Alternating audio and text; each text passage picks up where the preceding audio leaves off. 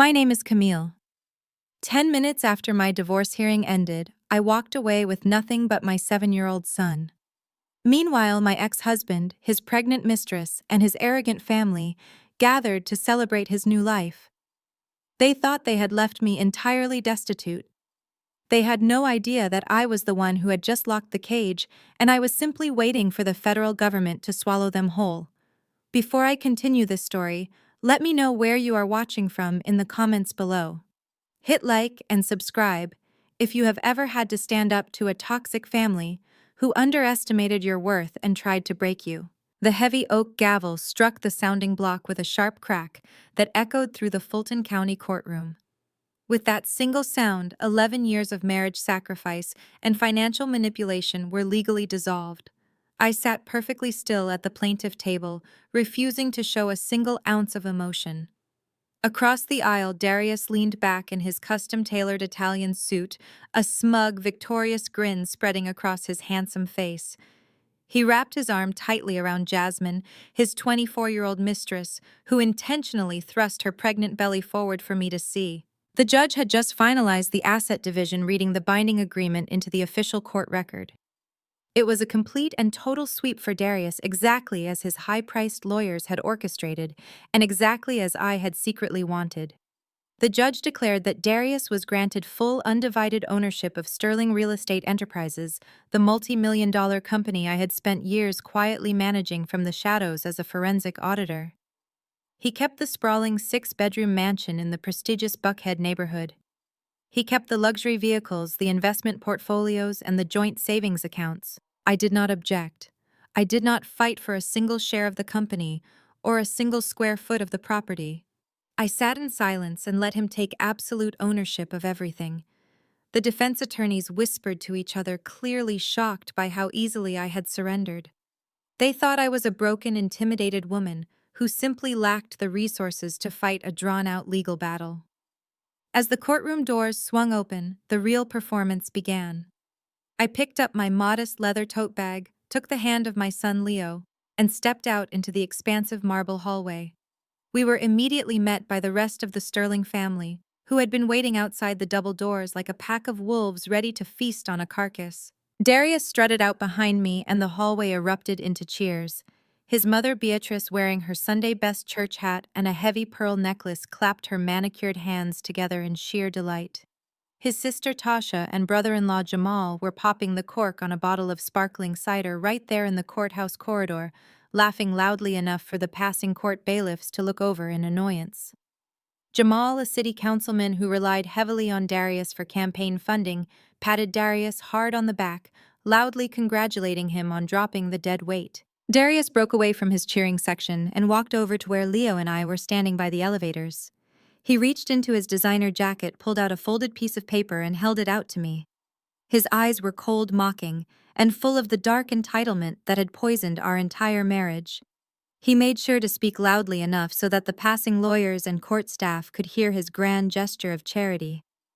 "Take this, Camille," he said, his voice dripping with fake sympathy. "It is a cashier's check for $5,000. Buy yourself a decent apartment in whatever ghetto you plan on moving back to. Buy the boy some new school clothes.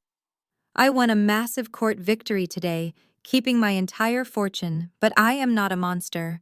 I want to make sure you do not starve on the streets while you look for a secretarial job." Jasmine giggled from a few feet away, leaning her head on Beatrice's shoulder and rubbing her baby bump. I looked down at the check in his hand. $5,000. A pathetic crumb from a man whose entire empire was built on my late nights fixing his disastrous ledgers, hiding his terrible investments, and restructuring his illegal loans so the business would not collapse. He was publicly humiliating me, establishing his dominance in front of his family, proving to them that he had successfully discarded the starter wife without losing a dime of his wealth. I did not reach for the check immediately.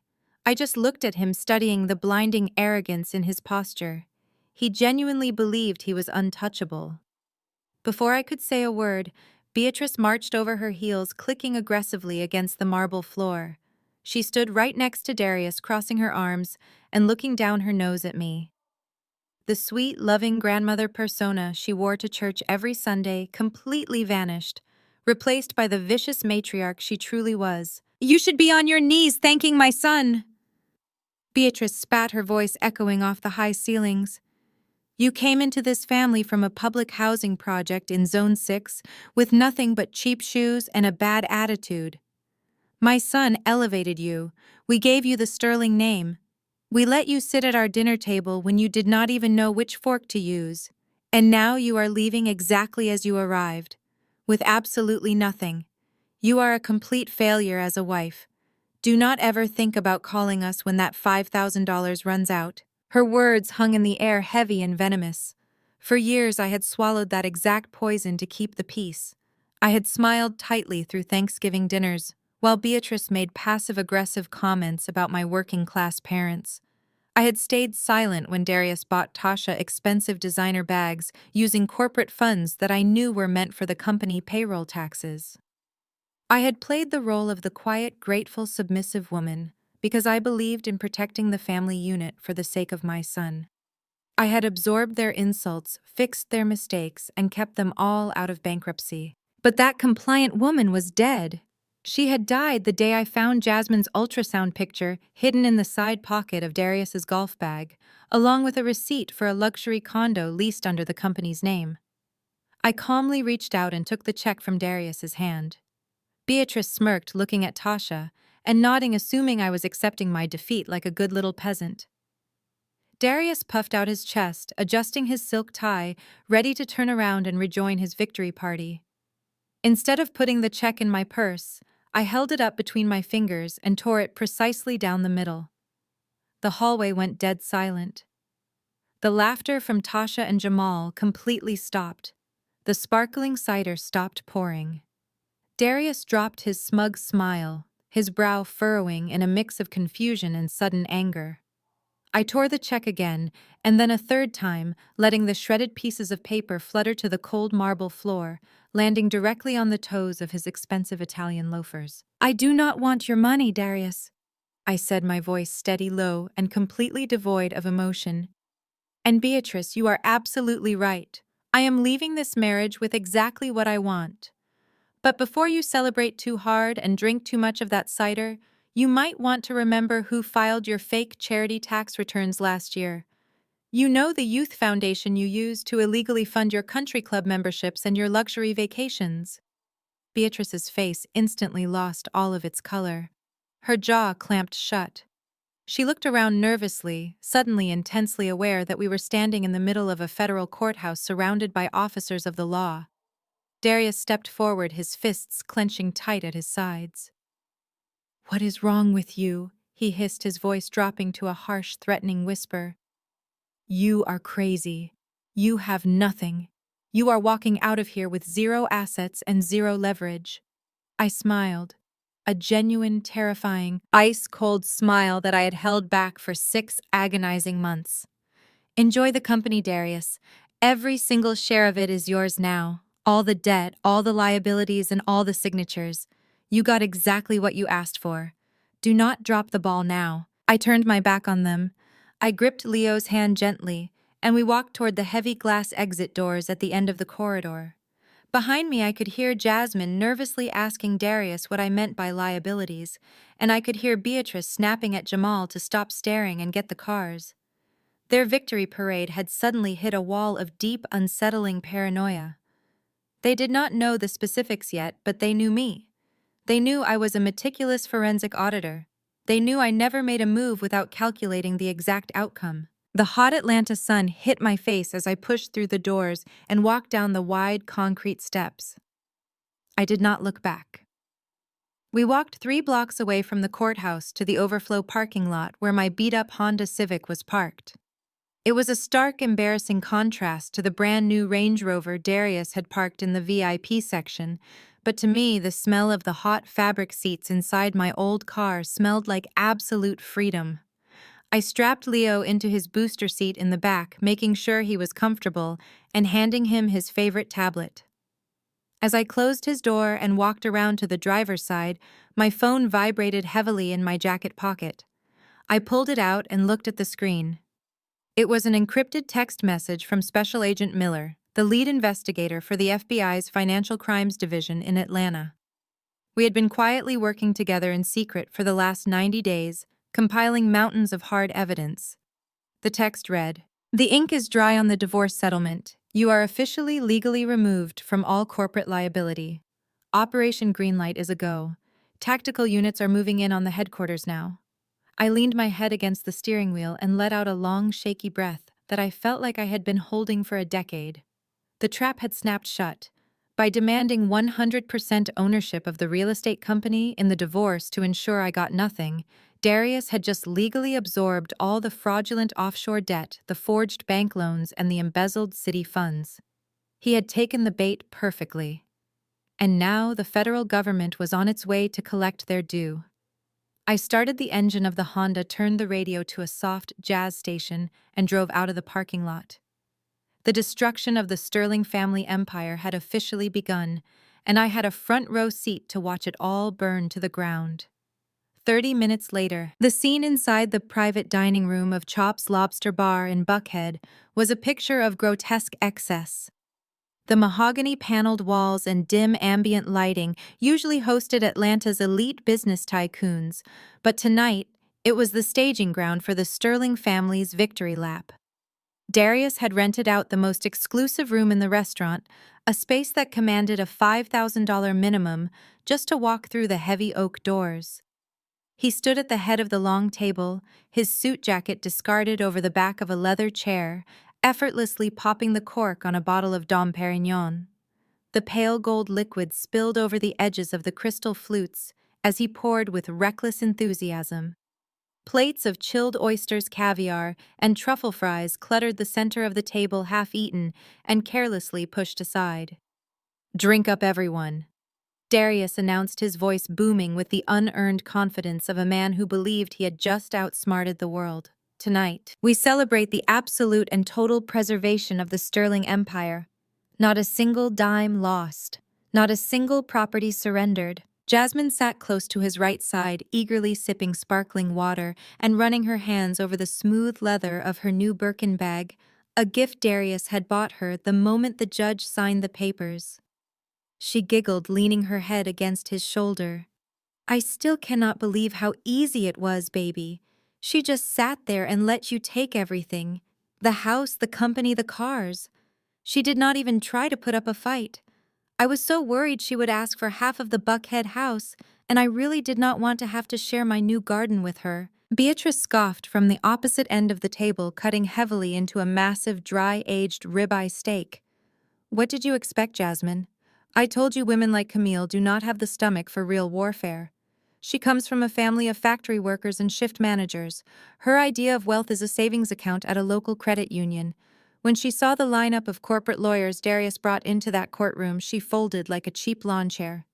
She knew she was completely outclassed by our pedigree." Tasha, Darius's sister, held out her glass for a refill of champagne, her wrists heavy with diamond tennis bracelets that were conveniently expensed through the company's promotional budget.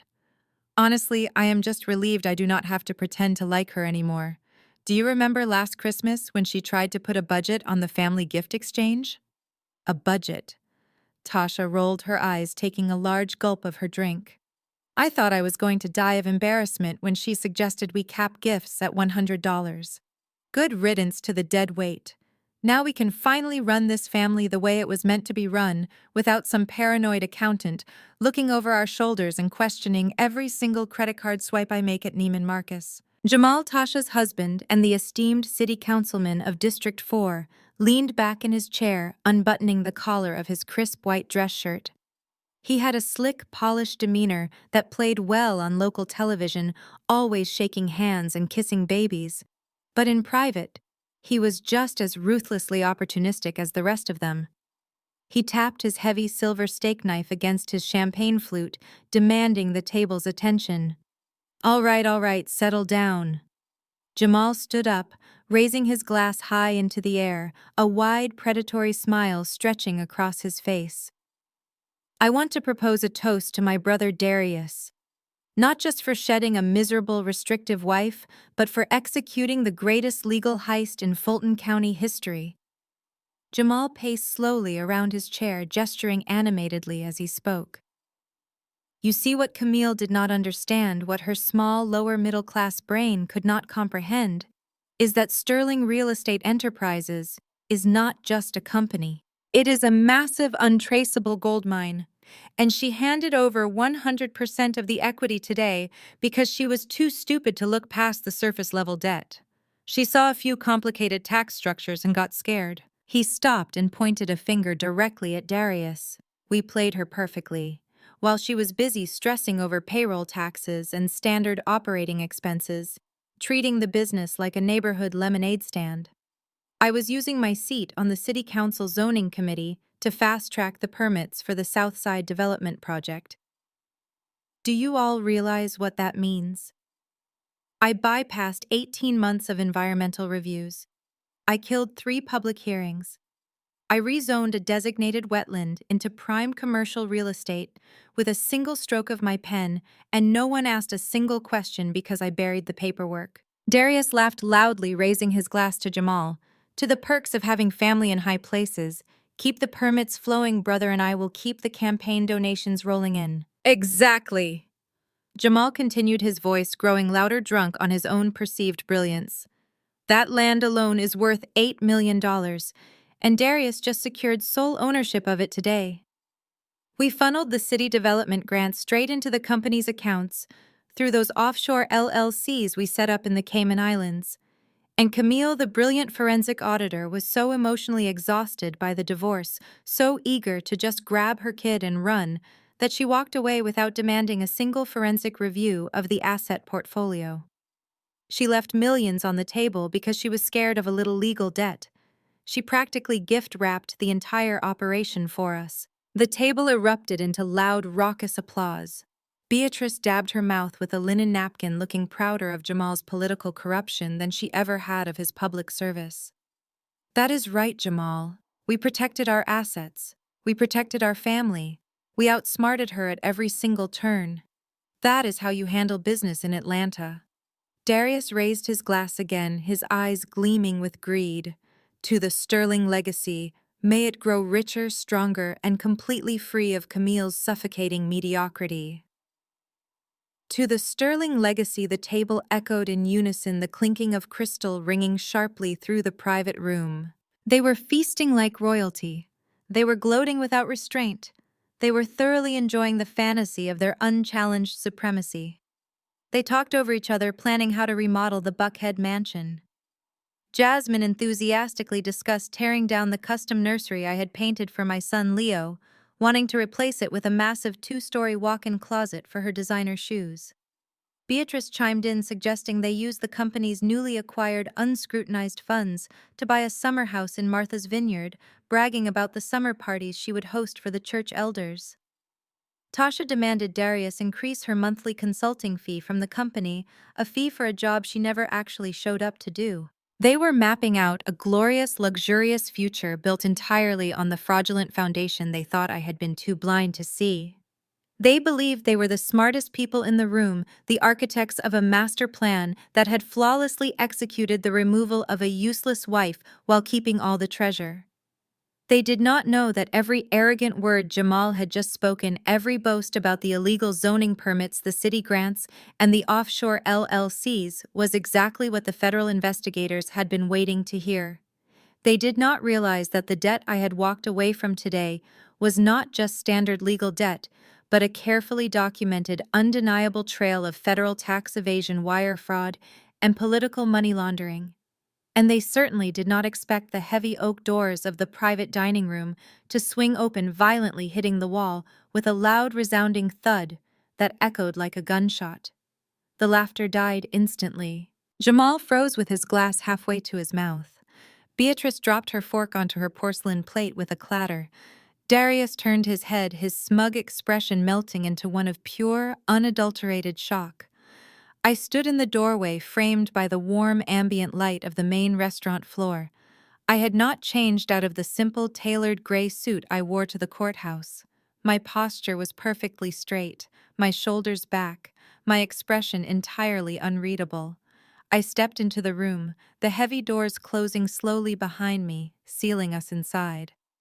Camille Darius demanded, his voice thick with sudden anger and confusion. "What the hell are you doing here?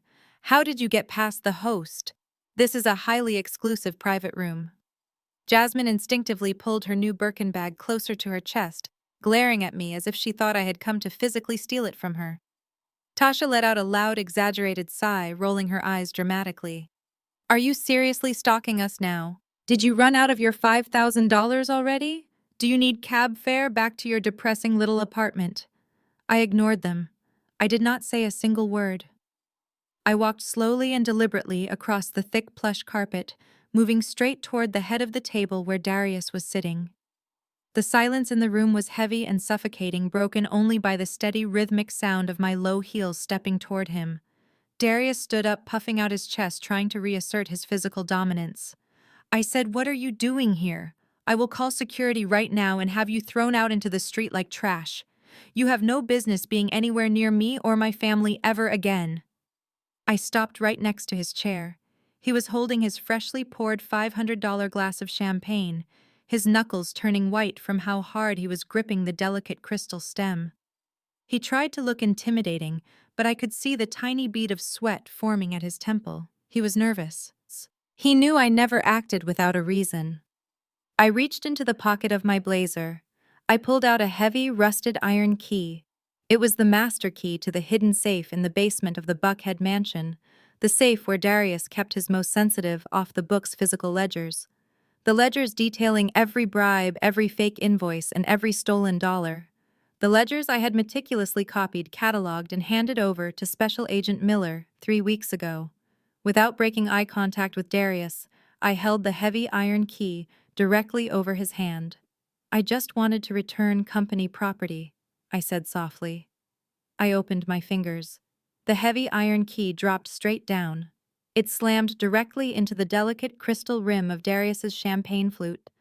The glass shattered instantly with a sharp, violent crack. Shards of crystal and expensive champagne exploded across the white linen tablecloth, splashing onto Darius's custom suit and soaking the front of Jasmine's dress. Jasmine let out a high-pitched, piercing scream as the cold champagne soaked right through the thin silk of her designer dress. She jumped back from the table so fast that her heavy wooden chair toppled over, crashing loudly onto the polished hardwood floor. She immediately clutched her pregnant stomach with both hands, throwing her head back and sobbing hysterically. "Are you completely crazy?" Jasmine wailed, tears perfectly welling up in her eyes as she looked at Darius. "My baby. You are stressing out my baby. Darius, do something right now. She is trying to hurt us because she is jealous of my life.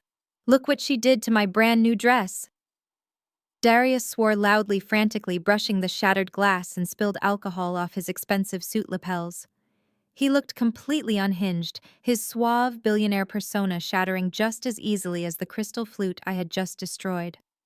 Jamal jumped to his feet, grabbing a thick white linen napkin to dab at his own shirt, while Beatrice gasped, clutching her heavy pearl necklace as if I had just committed a violent crime right in front of her. "You have completely lost your mind," Darius shouted, stepping toward me with his fists clenched tightly at his sides. "Who do you think you are, barging in here and ruining our evening?" Before he could take another step toward me, Tasha stormed around the edge of the large dining table. Her diamond tennis bracelets clinked together aggressively as she marched right up to my face. Her eyes were wide with pure, unadulterated rage. She looked me up and down, her lip curling in absolute disgust as she took in my simple outfit. "Get out of here, you pathetic loser!" Tasha screamed, raising her hands and shoving me hard in the chest. "You do not belong in a place like this. You never did. Look at you in your cheap discount store blazer and scuffed shoes. You are an absolute embarrassment to this family. You are just mad because my brother finally traded up for a real woman instead of a miserable, flat-broke accountant who does not even know how to dress herself properly. Get your garbage clothes out of our private room right now before I call the police and have you dragged out of here in handcuffs." She lunged forward to push me a second time, but I did not stumble. I planted my feet firmly on the plush carpet and caught her right wrist mid-air. My grip was incredibly tight, locking her arm firmly in place. The sudden physical resistance shocked her so much that she froze immediately, her mouth hanging slightly open in pure disbelief. The entire room went dead silent. Even Jasmine stopped her fake sobbing to stare at us in shock. I stepped closer to Tasha, leaning in so the entire table could hear every single word I was about to say. I would be very careful about who you call flat broke, Tasha, I said, my voice eerily calm and entirely steady. Because right now, the only thing standing between you and absolute financial ruin is my good graces. Tasha tried to yank her arm away, her face flushing a deep, angry shade of red. Let go of me, you psycho. I do not know what you are talking about. Jamal, tell her to let me go right now. Jamal stepped forward, his chest puffed out as he tried to look like the authoritative, powerful politician he pretended to be on local television. Camille, you need to back off right now and leave my wife alone before I make a phone call to the precinct commander. I released Tasha's wrist slowly, letting her stumble backward into her husband's waiting arms. I smoothed down the front of my gray blazer, adjusted my cuffs, and looked directly into Jamal's eyes. You might want to hold off on that phone call, Jamal, I said smoothly, a dark smile playing on my lips. Because your lovely wife is keeping a massive financial secret from you, and it is going to severely impact your upcoming city council re-election campaign. What the hell are you talking about? Jamal demanded, looking rapidly from me to Tasha, whose face had suddenly drained of all its color. Do not listen to her, Jamal. Tasha stammered nervously, her voice trembling as she actively avoided making eye contact with him. She is just making things up because she is bitter that Darius left her. She is a liar. Throw her out. I did not break eye contact with Jamal for a single second. I raised my voice so it carried clearly and powerfully over the tense, suffocating silence of the private dining room. The Platinum American Express card ending in 4172, I announced loudly, reciting the exact account numbers from pure memory. The card registered under Tasha's maiden name to a hidden post office box located in downtown Decatur. The credit card that currently has an outstanding overdue balance of exactly $84,622. Tasha gasped sharply, clapping a manicured hand over her mouth. Jamal froze completely, his eyes widening in absolute horror as he turned to stare down at his wife. Beatrice let out a strangled, terrified noise from the back of the room, dropping her steak knife onto her china plate. That is right, Jamal. I continued, my voice sharp, piercing, and entirely merciless. $84,000 spent entirely on luxury handbags, expensive spa weekends, and underground cosmetic treatments. Massive debt she has been racking up in total secret for the last 3 years, while repeatedly telling you her little fashion boutique was turning a huge profit. And do you know why the aggressive collection agencies have not shown up at your front door to publicly humiliate a sitting city councilman? Do you know why your pristine political credit score is not completely ruined yet? Jamal looked absolutely paralyzed. He slowly turned his head to look back at me, the political arrogance completely wiped from his face. Why, he whispered, his voice shaking with anger and fear. Because I have been paying the absolute minimum balance out of my own personal checking account every single month for the last 2 years, I said, smiling coldly at Tasha, who was now visibly shaking from head to toe. Darius completely refused to give her the money, so she came crying to my doorstep. She begged me to save her marriage. She said you would file for divorce immediately if you ever found out how financially irresponsible she truly was. I felt incredibly sorry for her. But since she thinks my clothes are so remarkably cheap, and I'm just a pathetic loser, I guess I will stop making those courtesy payments today. The next billing cycle officially closes in 3 days. Good luck paying off that $84,000, Jamal. I am absolutely sure your wealthy political donors will love hearing all about it when the story leaks to the press. Jamal whipped his head around to glare fiercely at Tasha, his face contorted with absolute unhinged fury. Is it true? He roared, his deep voice echoing violently off the expensive mahogany walls. Tell me right now, Tasha. Is it true? Tasha burst into real pathetic tears, shrinking away from him and covering her face with her hands. "I am so sorry," she sobbed loudly, her makeup running down her cheeks. "I just wanted to keep up with the other political wives. I did not want to look poor in front of your friends." The room immediately erupted into total uncontrollable chaos. Jamal started screaming viciously at Tasha, cursing loudly about his ruined campaign and his destroyed reputation. Darius yelled frantically at Jamal to lower his voice before the restaurant staff heard him and called the tabloids. Jasmine stood frozen in the corner, holding her expensive designer bag like a protective shield, looking completely terrified of the monster I had just unleashed upon their perfect evening. And then there was Beatrice. She had stood silently by and watched her seemingly perfect family begin to violently tear each other apart in a matter of mere seconds. The grand illusion of her flawless, wealthy, high-class bloodline was disintegrating right in front of her very eyes. She could not handle it. She could not handle the undeniable fact that I, the woman she viewed as nothing more than an uneducated, worthless peasant from the absolute wrong side of the tracks, was the one pulling every single string in the room. "Shut up!" Beatrice shrieked, her voice cracking with pure, unadulterated hysteria. She grabbed the large crystal water goblet sitting next to her untouched plate.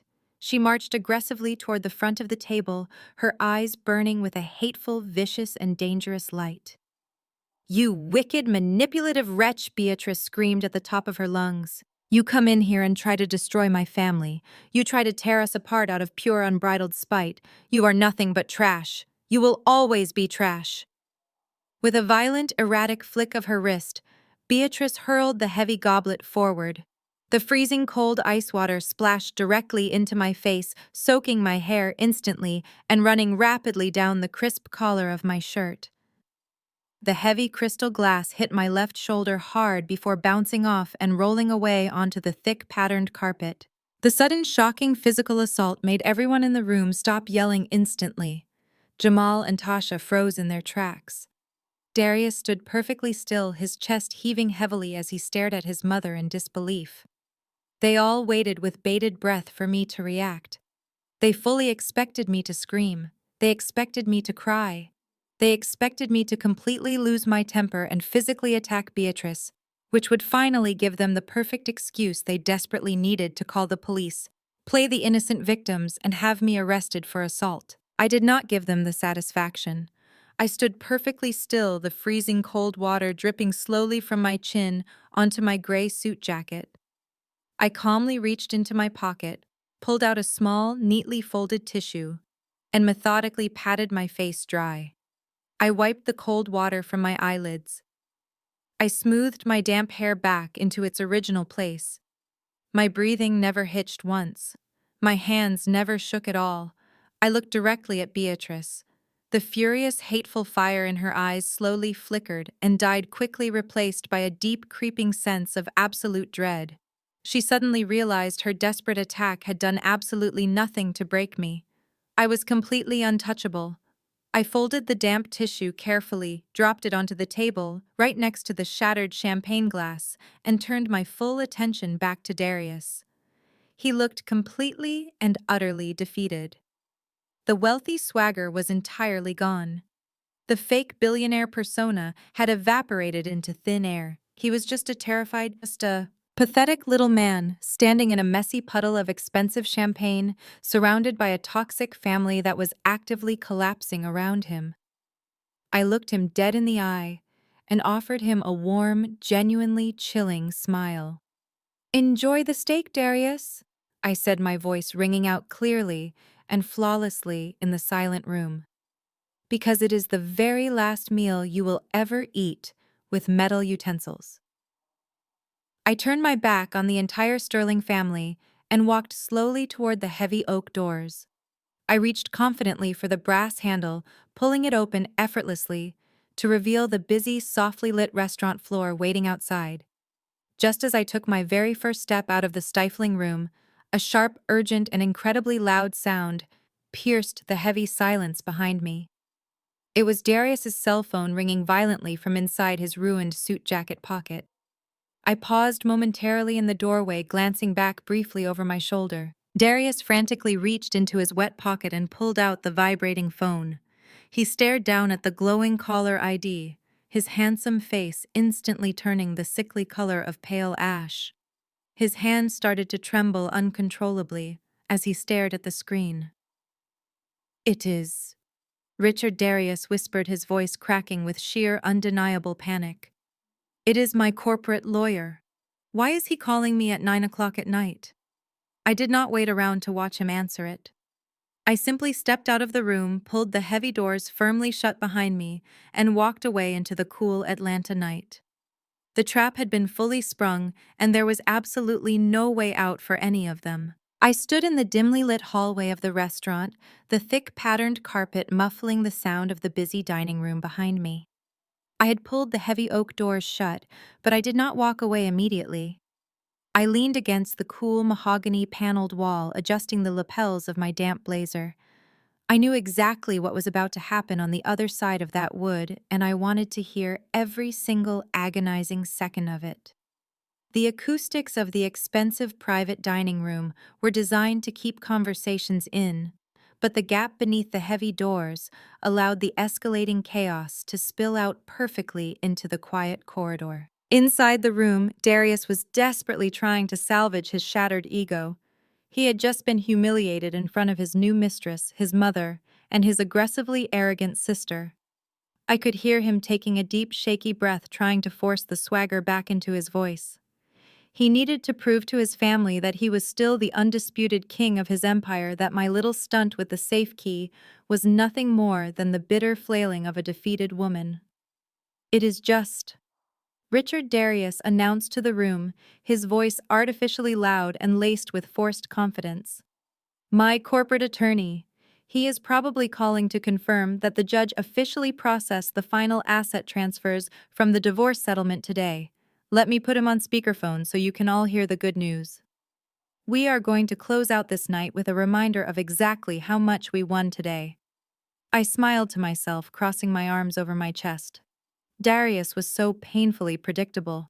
His need for constant validation was his greatest weakness, and putting his lawyer on speakerphone in a room full of people was exactly the kind of arrogant misstep I had counted on.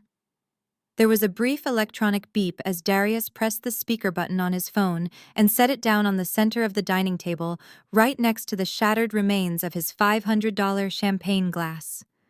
"Richard," my man, Darius said smoothly, projecting his voice so everyone in the room could hear his authority. "You are on speakerphone with the family. Tell me the good news. Did the court finalize the transfer of the Buckhead mansion and the commercial properties into my sole possession?" There was no polite greeting from the other end of the line. There was no congratulatory laugh.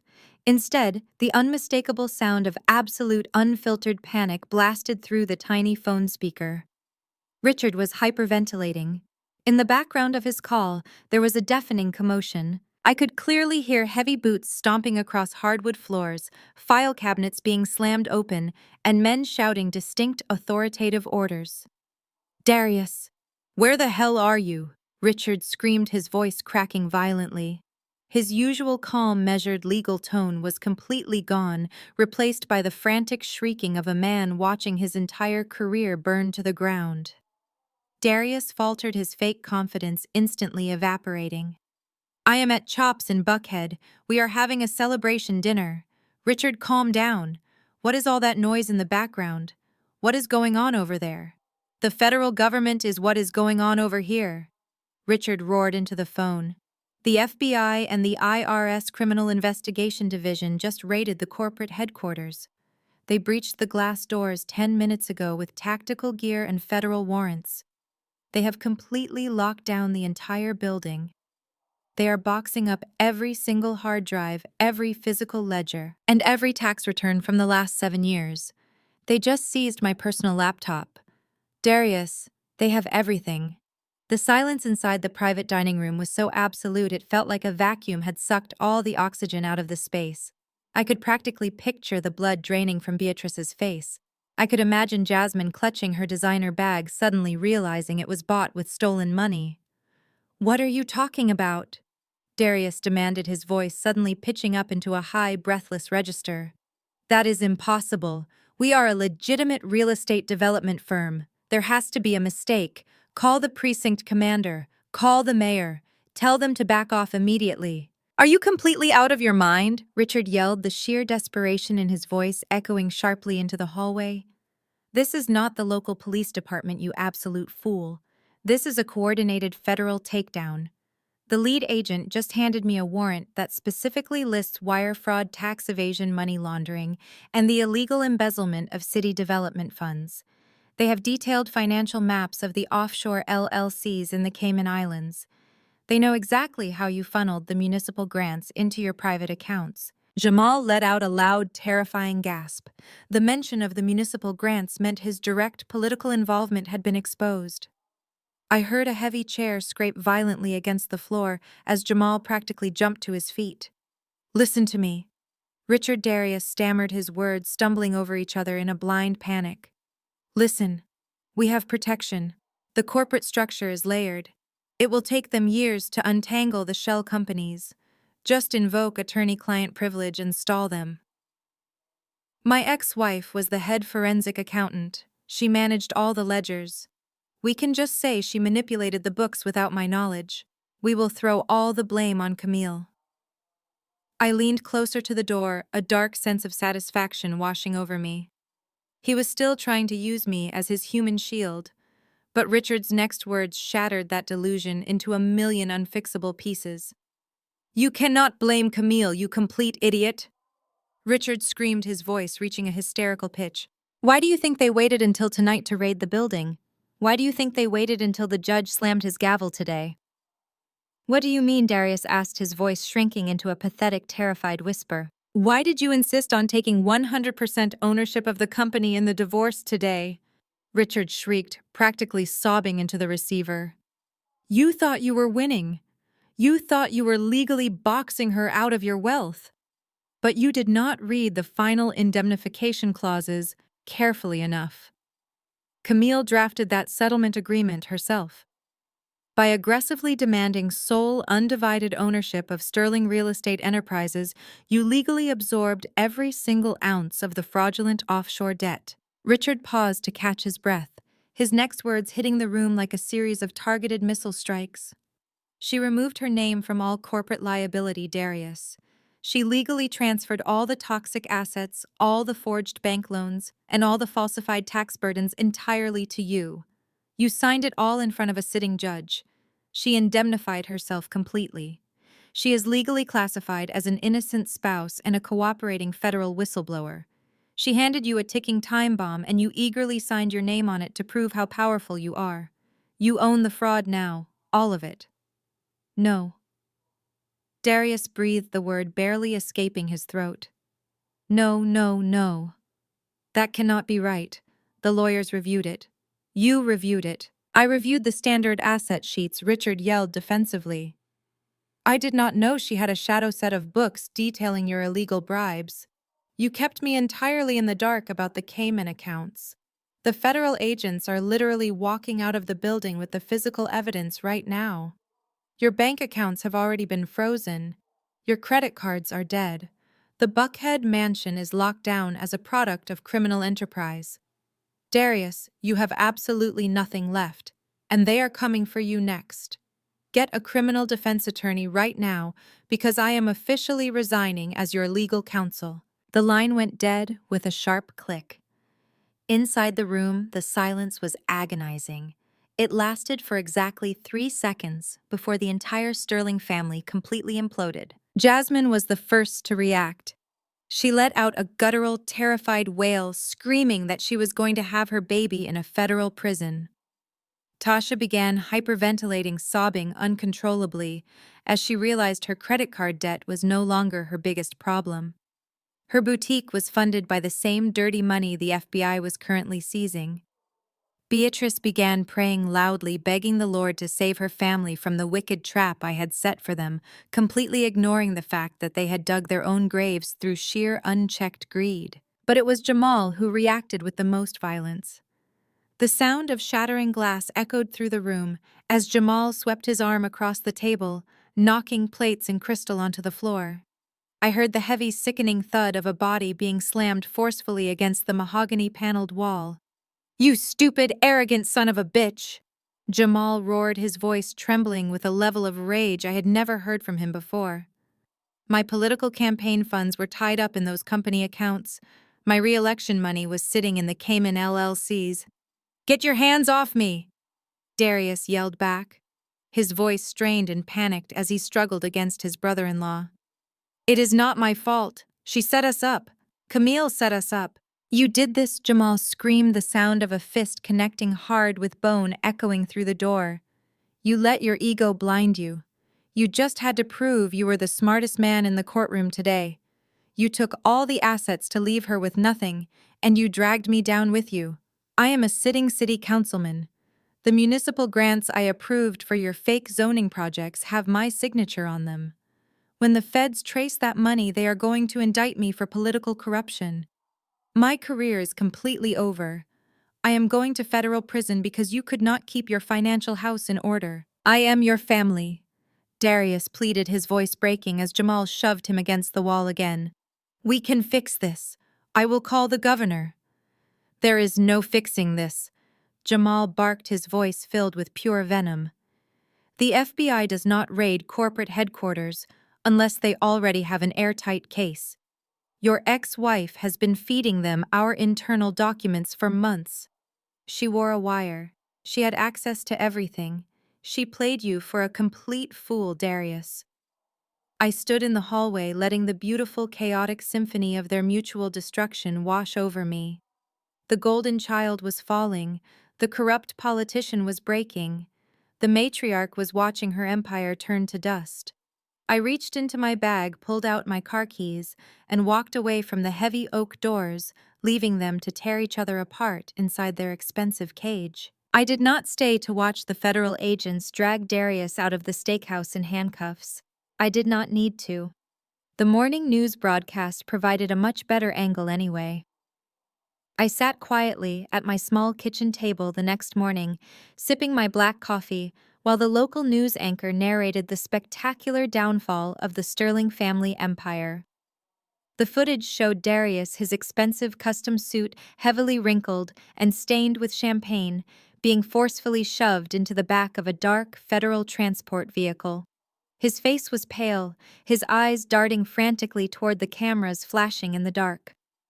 The news banner flashing across the bottom of the screen called it the most extensive real estate corruption sweep in Fulton County history. I turned off the tablet, savoring the absolute silence of my modest two-bedroom apartment. It was a beautiful, peaceful morning, but I knew the tranquility would not last. The Sterling family was like a cornered animal, and cornered animals always lash out. Right on cue, a violent, frantic pounding echoed through my apartment. The heavy knocks rattled the cheap brass fixtures on my front door. It was not a polite knock. It was the desperate, aggressive hammering of someone who was completely losing their grip on reality. I calmly set my coffee mug down on the counter, walked slowly across the living room, and checked the peephole. It was Tasha. Her usually flawless hair was a tangled, frizzy mess. Her designer sunglasses were pushed crookedly atop her head, and she was still wearing the same cocktail dress from the disaster at the steakhouse the night before. Her makeup was severely smudged around her eyes, giving her the crazed look of a woman who had not slept a single second. I unlocked the deadbolt and pulled the door open. Before I could even say a single word, Tasha shoved her way violently past me, marching right into the center of my living room, like she still owned my entire existence. "Fix this right now!" Tasha screamed, spinning around to face me. Her voice was completely hoarse from yelling the night before. "You need to call whoever you talked to at the federal building and tell them you made a mistake. You need to tell them you were angry about the divorce and you falsified those documents. You have to fix this, Camille."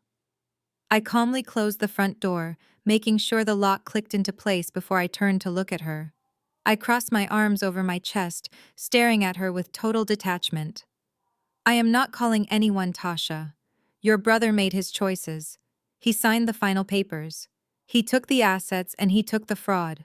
It is completely out of my hands now. You are a liar, Tasha shrieked, her hands balling into tight fists at her sides. You engineered this entire nightmare. Darius spent the whole night in a federal holding cell. Jamal has locked himself in our guest bedroom and is refusing to speak to me because his political donors are already dropping him. My mother is currently packing up her expensive china because the bank served her with a foreclosure notice at 6 o'clock this morning.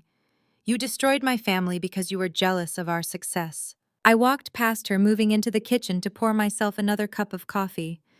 Your family destroyed itself, I replied smoothly. I just provided the federal government with the accurate accounting records. What Darius did with those municipal grants was highly illegal, and you all happily benefited from it. Tasha marched after me, slamming her manicured hands down hard on my kitchen counter. She leaned in, her eyes burning with pure, unadulterated venom. You listen to me, you pathetic little nobody. You think you have won because Darius is in jail. You think you are so incredibly smart. But you clearly forgot who runs this city. I sit on the board of every major charity foundation in Atlanta. I know every single socialite, every wealthy investor, and every elite business owner in Fulton County. If you do not march down to that federal building right now and recant your entire statement, I will completely destroy your life. I will make sure your name is blacklisted at every accounting firm in the state. I will ruin your professional reputation so badly that you will not even be able to get a job ringing up groceries at the local supermarket. You will be completely exiled. You will be nothing. She stood up straight, breathing heavily, clearly expecting me to cower in fear. She honestly believed her country club connections held more power than the Federal Bureau of Investigation. She thought her high society gossip could somehow intimidate a woman who had just successfully dismantled a multi-million-dollar criminal enterprise. I looked at her angry, desperate face, and I did not feel threatened. I did not feel angry. I just felt a deep, overwhelming sense of amusement. I threw my head back and laughed. It was a loud, genuine, belly-deep laugh that echoed off the walls of my small kitchen. Tasha flinched, stepping back slightly as if my laughter had physically struck her. What is so funny? She snapped, her confidence visibly wavering. You are funny, Tasha, I said, wiping a small tear of amusement from the corner of my eye. You stand in my kitchen wearing clothes bought with stolen money, threatening to ruin my professional reputation. You think your little charity boards and your rich friends will save you? But you are completely missing the most important part of this entire situation. I walked over to the small dining table where my silver laptop was sitting. I opened the screen, entered my secure password, and pulled up a highly detailed, deeply complex financial spreadsheet. I turned the laptop around so it was facing her. Come here, Tasha. Take a really good look at your beloved high society reputation. Tasha hesitated for a second before stepping closer to the table. Her eyes darted nervously across the screen, scanning the endless rows of highlighted numbers, vendor invoices, and complex banking routes. What is this? She asked defensively. I do not understand any of this accounting garbage. I know you do not, I said, my voice dropping to a cold, clinical tone. That is exactly why Darius asked me to manage it. This is the master ledger for your upscale fashion boutique, Tasha. The boutique you proudly flaunt on social media. The boutique you claim is a massive independent success that proves you are a brilliant female entrepreneur. Tasha swallowed hard, her eyes glued to the glowing screen. So what? My boutique is highly successful. I sell out of my inventory every single month. No, you do not, I corrected her sharply. You do not sell anything. Your boutique has never actually turned a single dollar of legitimate profit since the day you opened the doors 3 years ago. You have absolutely no real customers. You have fake invoices. I pointed to a specific column on the spreadsheet. Do you see these massive inventory purchases? These are payments made from your boutique to a textile supplier in the Cayman Islands, a supplier that does not actually exist. Your brother Darius set up that fake shell company. He took the stolen city development funds, funneled them into your boutique under the guise of fake business loans, and then you used that money to pay the fake vendor in the Caymans. You wash the money clean, Tasha. Your beautiful high society fashion boutique is nothing but a heavily organized money laundering front for your brother. Tasha gasped, her hands flying up to cover her mouth. That is not true, she whispered, shaking her head in aggressive denial. Darius told me he was just helping me with my startup costs. I did not know where the money came from. I just ordered the clothes and ran the store. Ignorance is not a valid legal defense when your signature is on every single fraudulent wire transfer, I replied mercilessly. Darius used your vanity to mask his crimes. He knew you desperately wanted to look like a successful businesswoman in front of your wealthy friends, so he funded your delusion. And I tracked every single penny of it. I know about the $84,000 in secret credit card debt. I know about the fake vendor payments. I know exactly how much dirty money is sitting in your corporate accounts right now. Tasha began to hyperventilate. Her chest heaved rapidly as the walls of her perfect, arrogant world finally closed in entirely. You cannot show this to anyone, she pleaded, her voice cracking with pure terror. Please, Camille. If Jamal finds out I am legally tied to the money laundering, he will definitely divorce me. The feds will come after me. I will lose my spot on the charity boards. My friends will completely disown me. I will have to go to prison. You should have thought about that before you spent the last 5 years treating me like absolute garbage, I said, slamming the laptop shut with a loud final crack. You called me a pathetic loser. You mocked my clothes. You shoved me in that restaurant and threatened to have me arrested. You took my silent compliance for weakness. You thought because I did not wear designer labels, I was too stupid to see what was actually happening right in front of my face. Tasha fell to her knees, grabbing the fabric of my jeans. Please, she sobbed, tears pouring down her ruined face. Please do not give that ledger to the authorities. I will do anything. I will publicly apologize to you. I will give you back all the money I owe you for the credit cards. I will make sure Darius gives you half of whatever is left. Just delete the file, Camille. I am begging you. I looked down at her. The arrogant, untouchable sister-in-law, who had made my life a living hell, was now groveling on my cheap apartment floor begging for mercy she absolutely did not deserve. I felt nothing but cold, clinical satisfaction. I reached down and gently peeled her desperate fingers off my jeans. I stepped back, opened the laptop once more, and tapped the trackpad to wake up the screen. I navigated quickly to my secure email client. The boutique ledger was already attached to a pre-written message addressed to Special Agent Miller at the FBI and the lead investigator at the IRS. I looked down at Tasha. Her eyes were wide with panic, watching my hand hover over the keyboard. I just pressed send, I said, calmly hitting the enter key with a satisfying click. I just forwarded your boutique's master ledger to the Internal Revenue Service and the Federal Bureau of Investigation. They operate very quickly when they have hard evidence. You have about 20 minutes before they freeze your entire accounts. Tasha let out a horrific guttural scream. She collapsed entirely onto the hallway floor, curling into a tight fetal position as her luxurious fake life violently shattered into pieces. I stepped carefully over Tasha's sobbing body, grabbed my keys from the console table, and walked out of my apartment. I had a busy day ahead of me, and I was not going to let the pathetic tears of a disgraced socialite slow me down.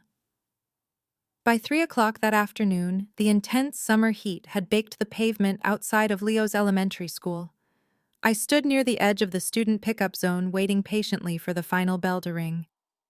The street was lined with idling minivans and chatting parents, completely unaware of the massive federal scandal brewing just a few miles away in the city center.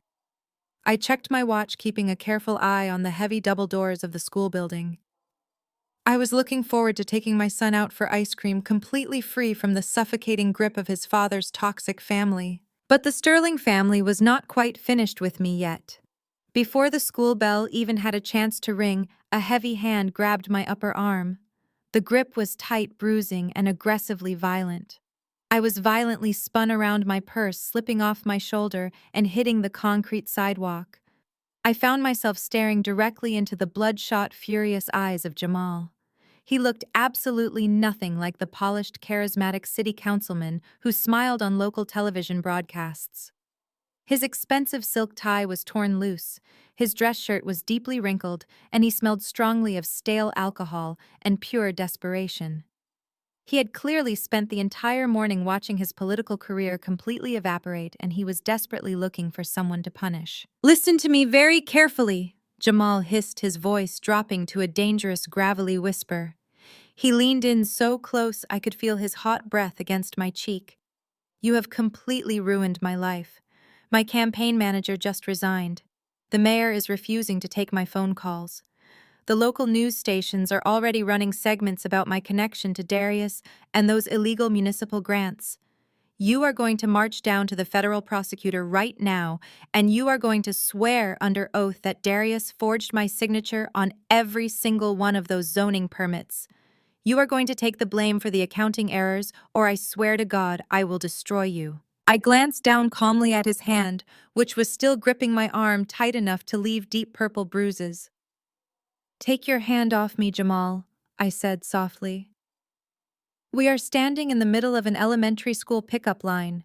Do you really want to add public assault to your rapidly growing list of criminal charges today?" Jamal did not let go. Instead, his grip tightened, his fingernails digging sharply into my skin. He sneered, his face contorting into a mask of pure malice.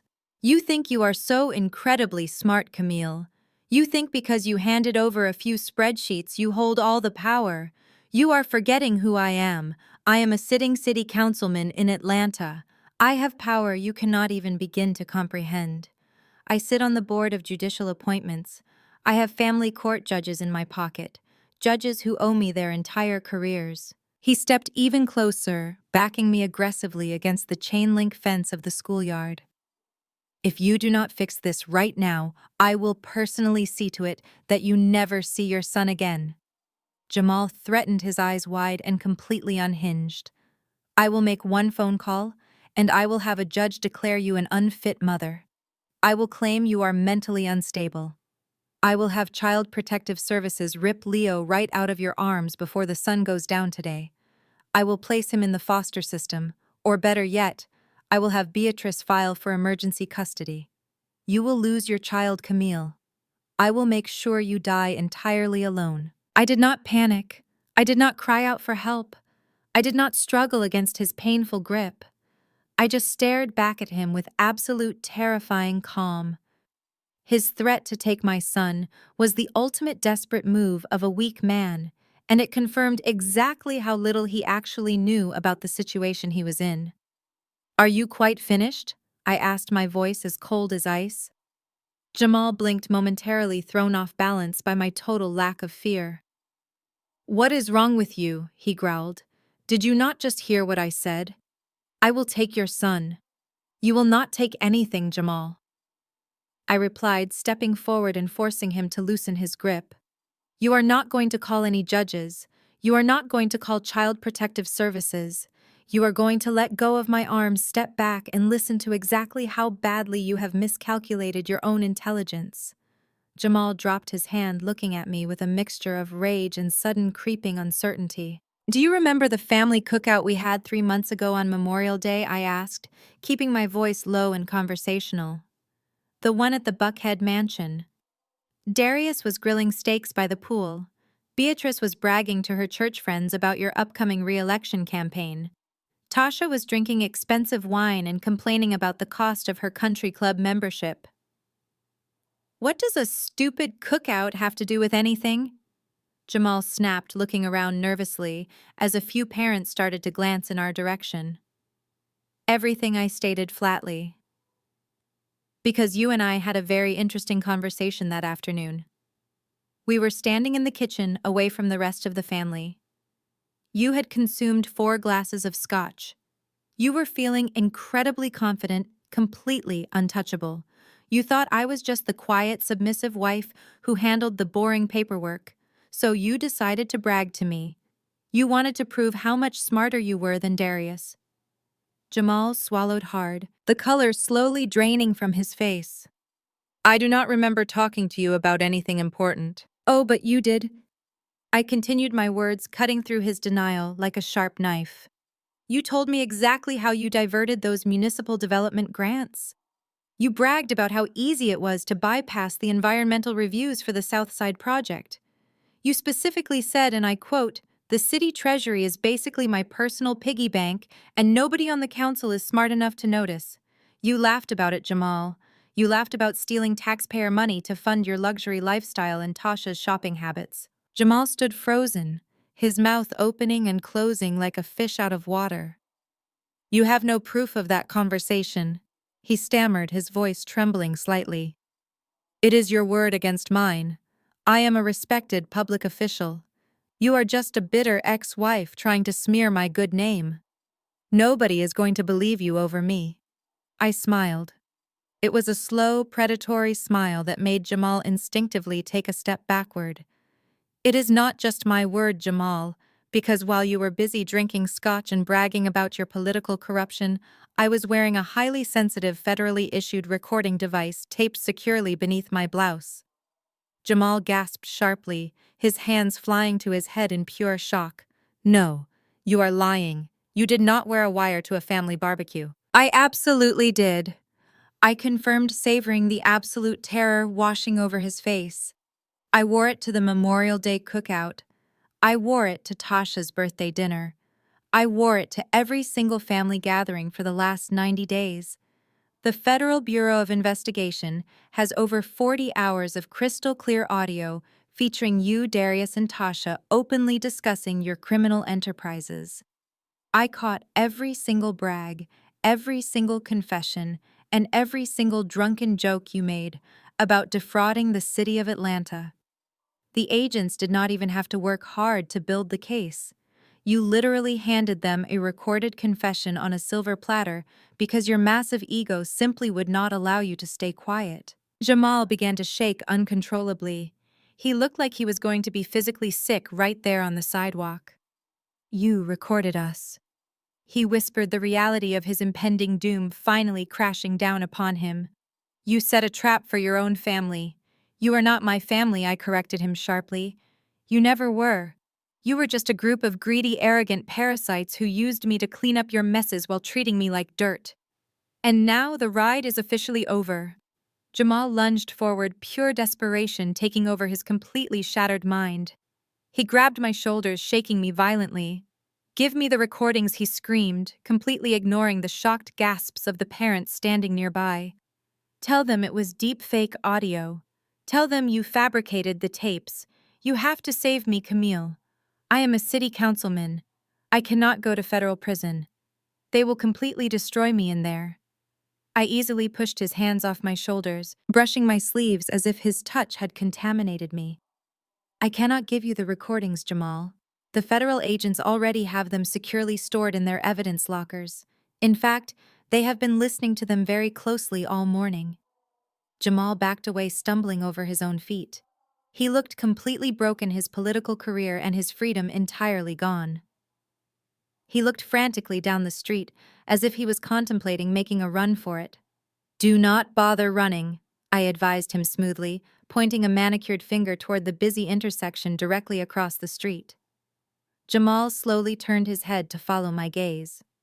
Parked legally in the red zone directly across from the school was a massive pitch-black tactical SUV with heavily tinted windows.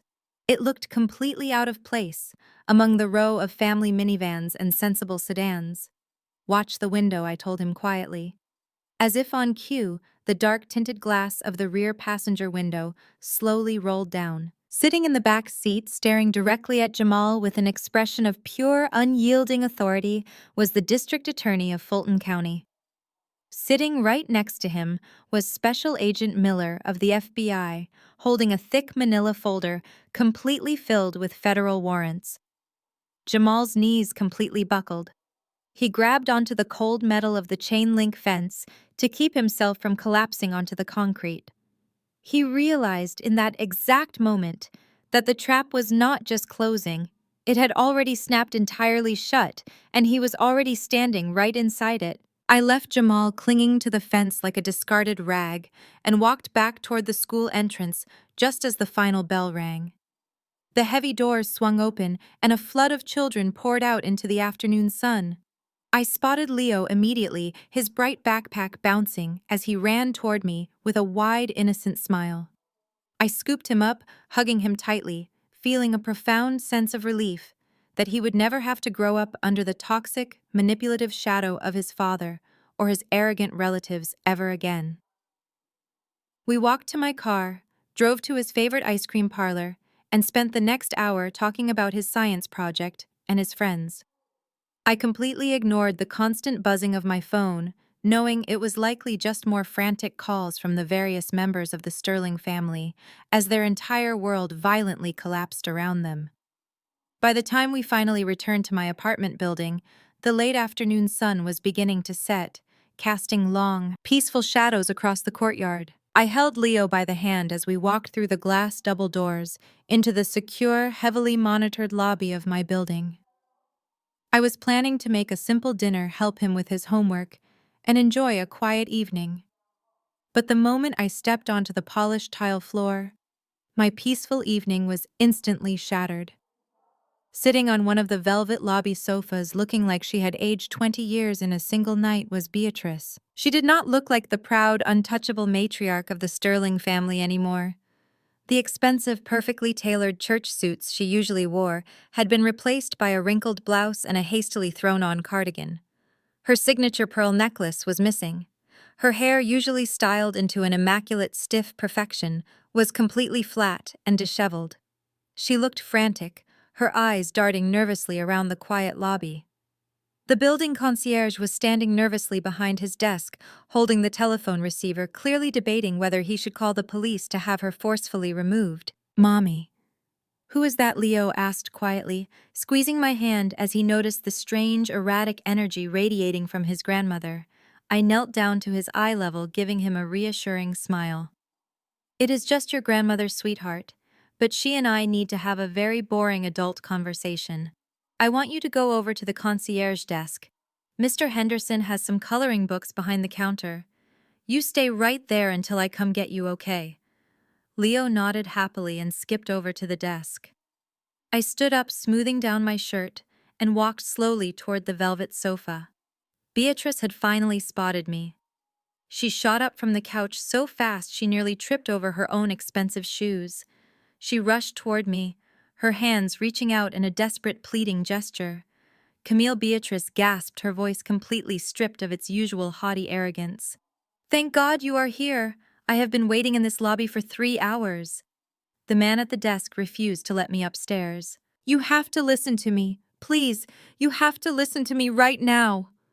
I crossed my arms over my chest, taking a deliberate step back so she could not physically touch me. "How did you get into this building, Beatrice? This is a secure residence." I slipped in behind a delivery driver. She admitted, her voice trembling with pure panic. "I had to see you. I had nowhere else to go. Darius is still in federal custody. The lawyers are demanding a massive retainer fee that we absolutely cannot pay because all the accounts are completely frozen. The news vans are parked outside the church, Camille. They are interviewing the congregation. They are completely ruining our good name." "That sounds like a terrible personal problem," I replied coldly, my expression entirely unreadable. "But it has absolutely nothing to do with me. Your son made his own decisions. Now he gets to experience the consequences." Beatrice let out a ragged, desperate sob. She looked around the lobby, suddenly hyper-aware of the fact that the concierge was watching her completely unravel. But instead of collecting herself, instead of relying on the fierce, arrogant pride that had defined her entire existence, she did the exact opposite. The mighty, untouchable Beatrice Sterling completely collapsed. She dropped to her knees right there on the hard tile floor of the lobby. She slumped forward, grabbing the fabric of my pants, tears streaming rapidly down her wrinkled face. It was a pathetic, shocking display. This was the woman who had spent the last 11 years telling me I was not good enough to sit at her dinner table. This was the woman who had mocked my upbringing, insulted my parents, and treated me like an unpaid servant. And now she was literally crawling at my feet. "Please, Camille." Beatrice begged loudly, completely abandoning whatever tiny shred of dignity she had left. You have to stop this. You are the only one who can stop this.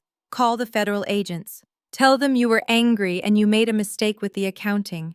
Tell them you moved the money by accident. You can fix this. You have to save my son. He is the father of your child. We are family. You cannot do this to your own family. The word family hung in the air, heavy and deeply offensive. I looked down at her sobbing form, feeling absolutely no pity. My heart was a solid block of ice. Family. I repeated, my voice echoing sharply across the quiet lobby. You have the absolute audacity to sit on my floor and use that word. You do not know the first thing about family, Beatrice. You know about status. You know about wealth. You know about using people until they are completely empty and then throwing them away. We are family, she cried out again, her grip tightening on my pants. God teaches us to forgive. You have to show mercy. You have to look into your heart and forgive us. I grabbed her hands and forcefully peeled them off my clothing. I stepped back, forcing her to look up at my face. I am not God, Beatrice, and I am entirely fresh out of mercy. You want to talk about family? Let us talk about the day my mother died. Beatrice froze, her sobbing instantly hitching in her throat. Her eyes widened slightly, a flash of genuine guilt and terror crossing her features. Do you remember that day? I asked, my voice dropping to a dangerous, deadly whisper, because I remember every single second of it. It was 4 years ago. It was 2 days before Christmas. I had just gotten the phone call from the hospital that my mother had passed away from pancreatic cancer. I was sitting on the floor of the nursery holding Leo, absolutely destroyed. My entire world had just collapsed. I was planning a funeral when I should have been wrapping presents. Beatrice swallowed hard, looking away from my piercing gaze. Camille. Please, that was a long time ago.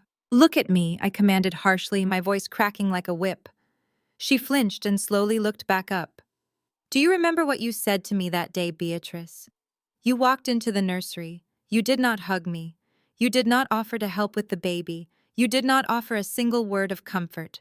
You looked at me sitting on the floor crying over my dead mother, and you told me to stop being so dramatic because Darius was hosting a holiday dinner for his real estate investors in 3 hours, and I needed to get downstairs and serve the appetizers. Tears of pure anger welled up in my eyes, but I refused to let them fall.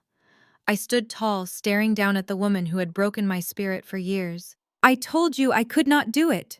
I continued, my voice shaking with perfectly controlled rage. I told you my mother was dead and I needed to go to the hospital. And do you remember your exact words to me, Beatrice? You looked down your nose at me and said, people die every day, Camille. Your mother was just a factory worker. It is not like she left behind a massive legacy to mourn. Wipe your face, put on a nice dress, and get downstairs before you embarrass my son in front of people who actually matter. The lobby was dead silent. Even the concierge had stopped pretending not to listen, staring at Beatrice with an expression of absolute disgust. You told me my mother did not matter, I whispered fiercely. You told me my grief was an inconvenience to your dinner party. You proved to me in that exact moment that you never saw me as family. You saw me as an accessory. You saw me as the hired help. You saw me as a pathetic little peasant who should be endlessly grateful just to breathe the same air as the wealthy, powerful Sterling family. Beatrice put her hands over her face, sobbing loudly into her palms. I was wrong, she wailed. I was so wrong, Camille. I am a sinful, foolish woman. I will apologize every day for the rest of my life. Just please do not let them send my son to federal prison. Do not take away everything we have. I am not taking anything away, I replied coldly. The federal government is simply reclaiming the millions of dollars you stole from the taxpayers of this city. Beatrice suddenly scrambled to her feet. She was shaking uncontrollably, desperate to find a single piece of leverage. She reached into her wrinkled cardigan pocket and pulled out a heavy set of keys on a silver ring. I will give you the house, Beatrice said, frantically shoving the keys toward my chest. I will give you the Buckhead mansion. It is worth $4 million. It is completely paid off. You can have the title. You can have the furniture. You can have all of it. Just call the prosecutor. Tell them Darius is innocent. Take the house, Camille. Take the keys right now. She was trying to bribe me with her most prized possession. She was trying to buy her son's freedom with the very same house she had constantly used to make me feel small and insignificant. It was the ultimate pathetic act of a woman who had completely run out of options. I looked at the keys dangling from her shaking hand. I did not reach for them. I reached into my own purse, pulling out a folded piece of heavy legal paper. It was a document Special Agent Miller had emailed to me that morning straight from the Federal Asset Forfeiture Division. I slowly unfolded the paper and held it up right in front of her tear-stained face. You cannot give me the Buckhead Mansion. Beatrice, I said, my voice completely devoid of any emotion.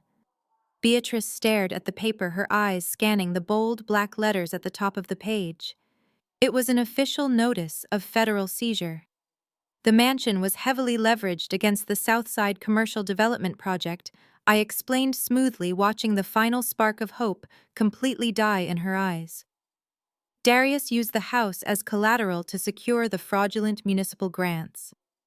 Because the grants were stolen, the collateral is automatically forfeited to the state.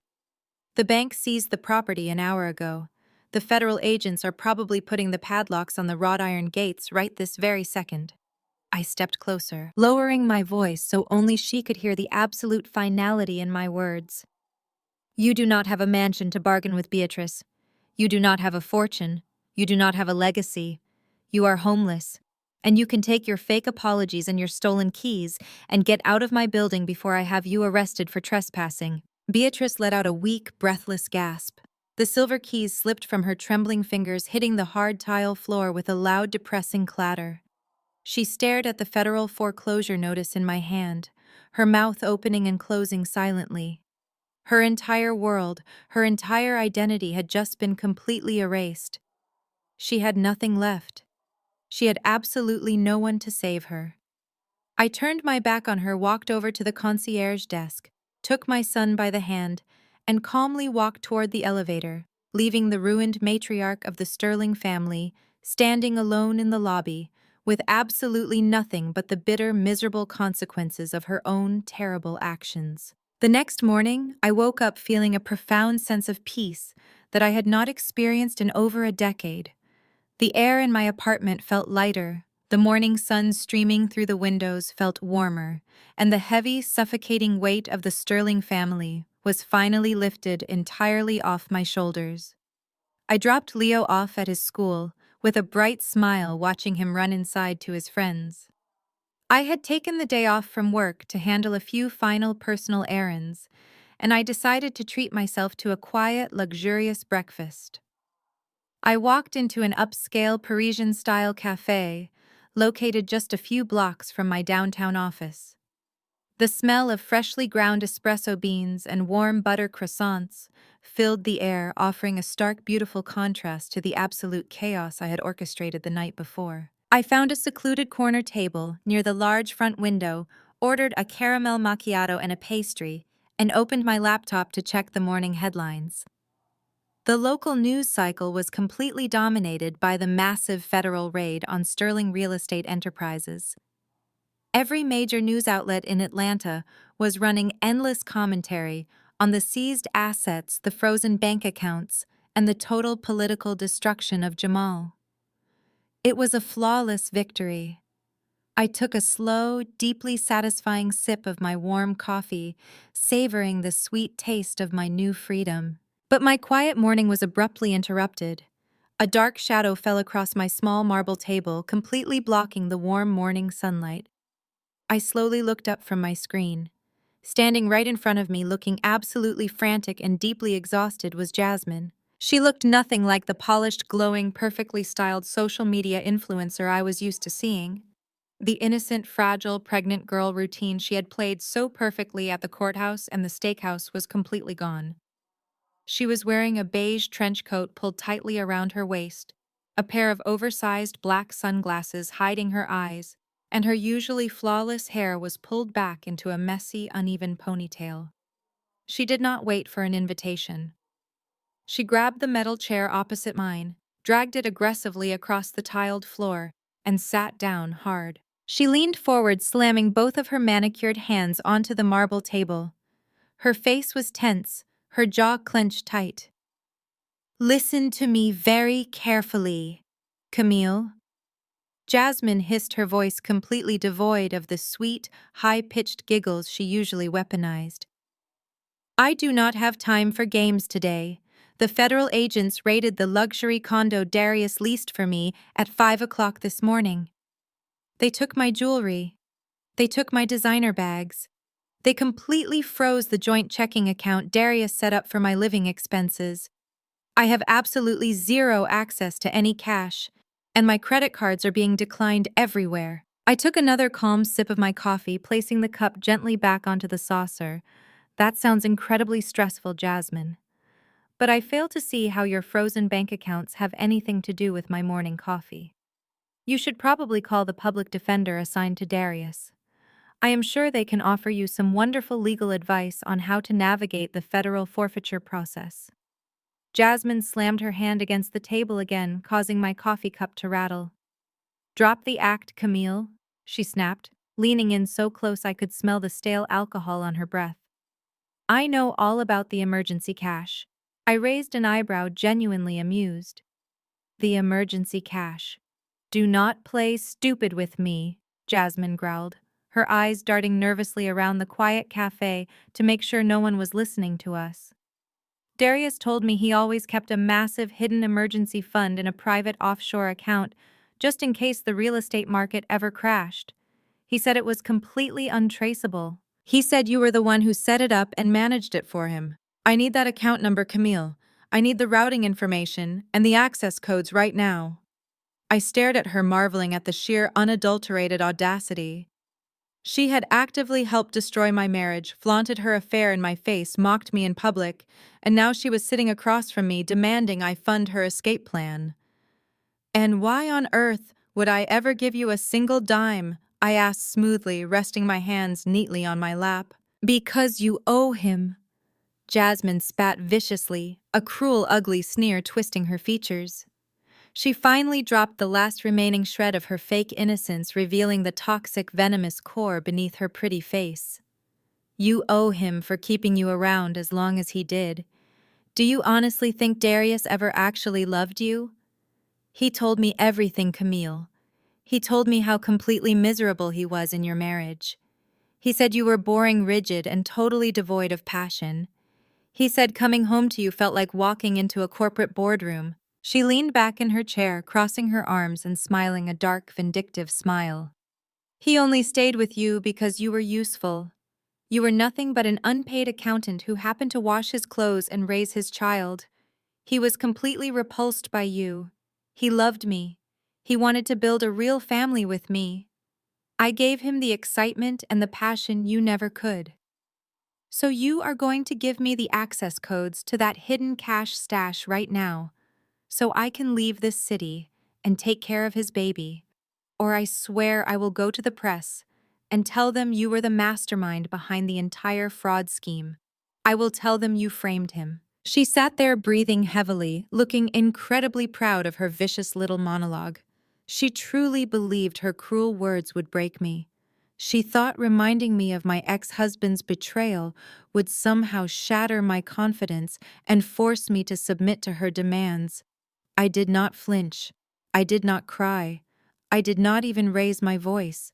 I simply let her finish her pathetic rant, maintaining steady, unwavering eye contact.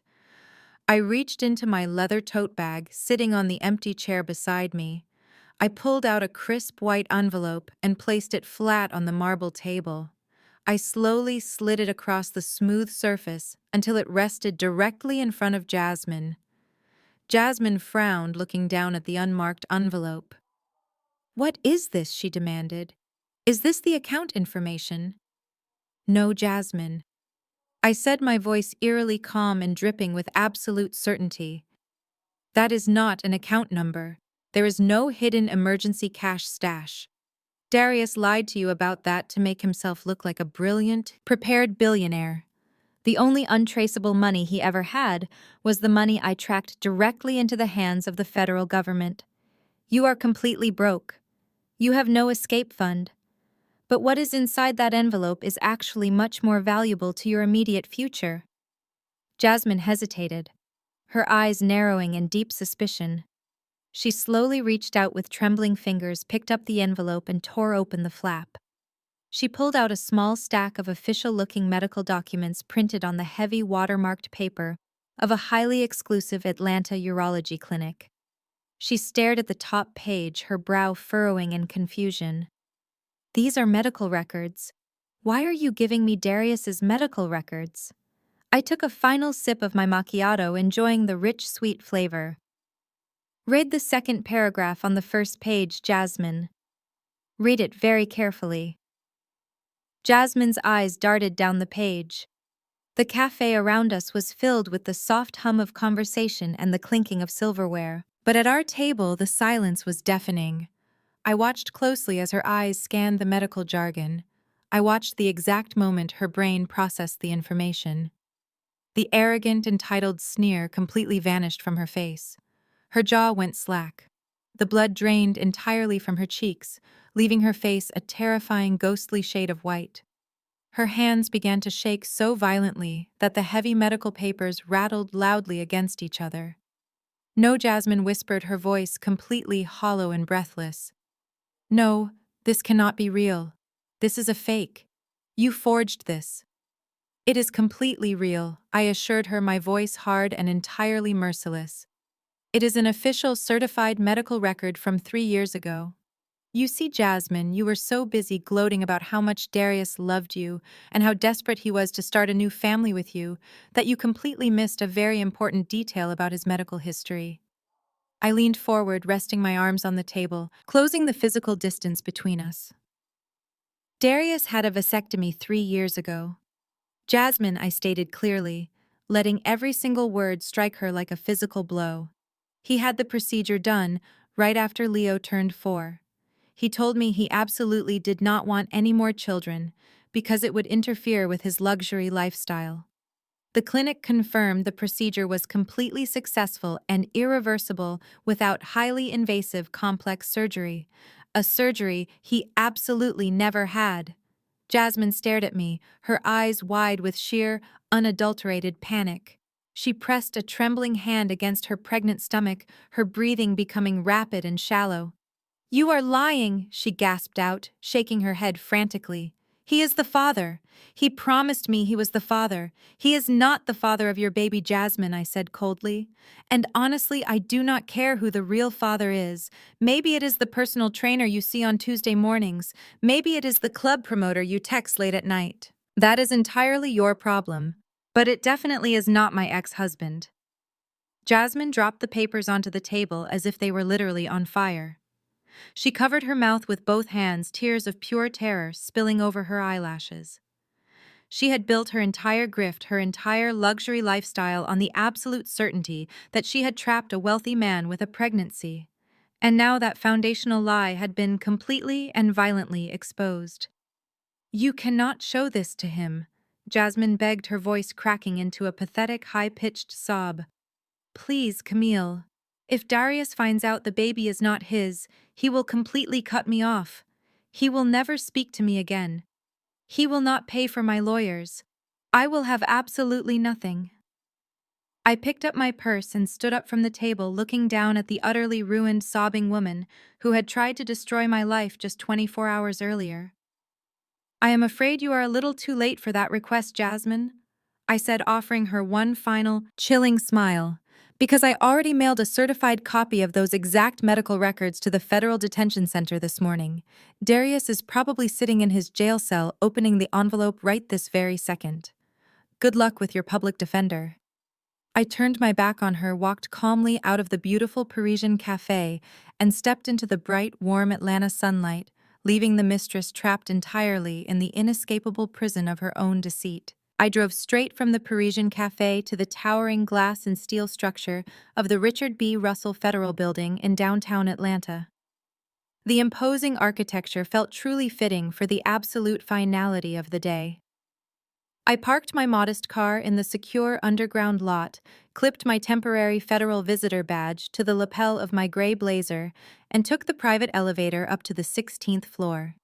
Special Agent Miller was waiting for me near the heavy steel doors of the maximum security holding area. He looked deeply satisfied holding a manila folder completely stuffed with financial printouts. He handed me the folder with a sharp nod of profound respect. The federal agents had spent the entire night breaking down Darius, but he was stubbornly refusing to sign a full written confession. He kept loudly demanding to speak to his wife, unaware that I was the exact reason he was sitting in a windowless room wearing heavy handcuffs. Agent Miller opened the heavy steel door, and I stepped inside the freezing cold interrogation room. Darius was seated at a bolted metal table in the center of the stark white room. He looked absolutely unrecognizable. The arrogant real estate mogul who had strutted through the courthouse 24 hours ago was completely gone. He was still wearing the same custom Italian suit from the steakhouse, but it was now deeply wrinkled, stained with dried champagne and reeking of stale sweat and sheer panic. His silk tie was missing. His styled hair was a chaotic, greasy mess. His hands were cuffed securely to a heavy metal ring anchored to the table. When he heard the heavy door click shut, his head snapped up.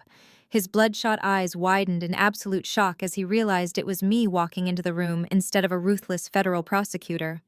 For a split second, a flicker of his old aggressive arrogance flashed across his ruined face, but it was quickly swallowed by pure, unfiltered desperation. "Camille," he gasped, his voice raspy and entirely broken. "Oh my God, Camille, you actually came!" He leaned forward as far as the heavy metal chain would physically allow him, his eyes brimming with dramatic, manufactured tears. "I knew you would not abandon me. I knew you would finally come to your senses. You have to tell these federal agents they are making a massive mistake. You have to tell them I had absolutely nothing to do with the Cayman accounts." I pulled out the metal chair across from him and sat down slowly. I placed the thick manila folder onto the table, resting my hands neatly on top of it. I did not say a single word. I just let him talk, watching him dig his own grave with every pathetic, manipulative syllable. "Please, Camille," Darius begged, his voice cracking with fake emotion. He tried to reach out to hold my hand, but the handcuffs violently jerked his wrists back, the metal clinking loudly. "I am so incredibly sorry for how I acted at the courthouse yesterday. I was just angry about the divorce. I was acting like a total idiot to protect my pride. But you know my heart. You know I am a fundamentally good man. Everything I did, every single business deal I made, I did it entirely for you and Leo. I wanted to build an incredible empire for our son. I wanted to make sure you never had to worry about money ever again. I took those massive financial risks because I loved my family so much it completely blinded me to the law. I was just trying to provide an amazing life for you." He was actually crying now. Real tears were spilling down his cheeks, dropping onto the cold stainless steel table.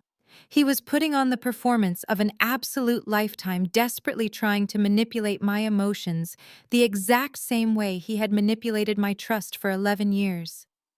He truly believed I was still the quiet, compliant woman who would instantly swoop in and clean up his massive messes just to keep the family unit perfectly intact. "You have to help me!"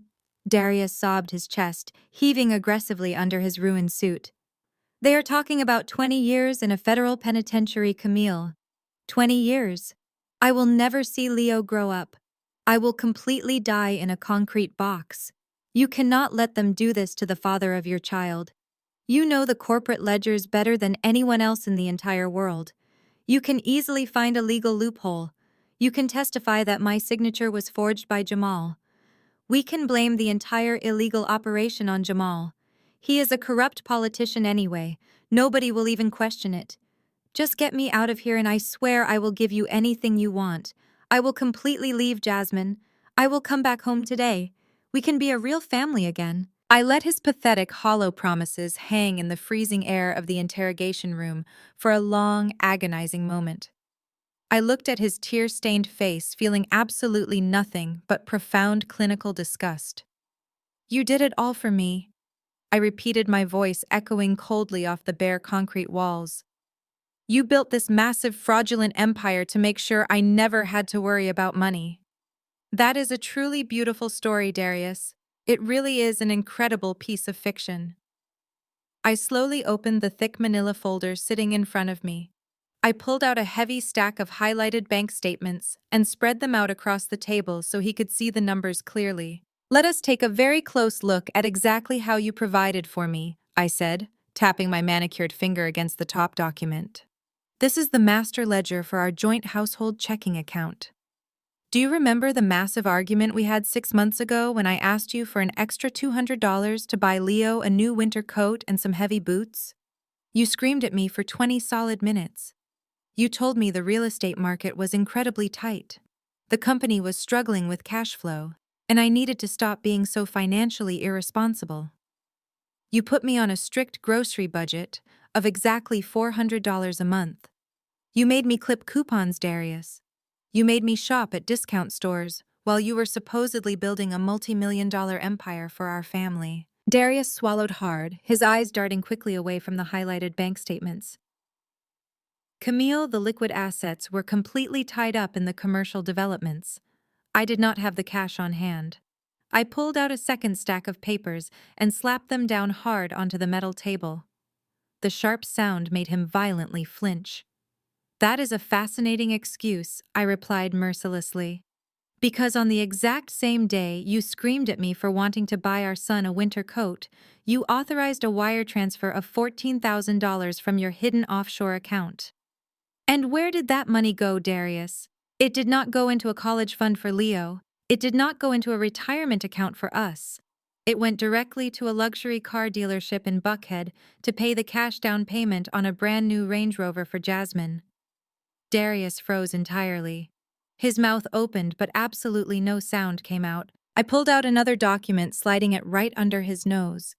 2 weeks later, you forced me to cancel my professional accounting certification courses to save $50 a month.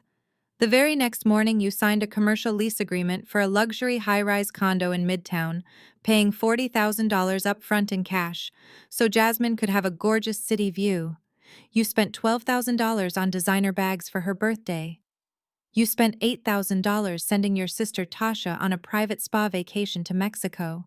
You funneled hundreds of thousands of stolen taxpayer dollars into your mother's fake charity so she could throw lavish catered parties at her exclusive country club. I leaned forward, my eyes locking intensely onto his terrified face.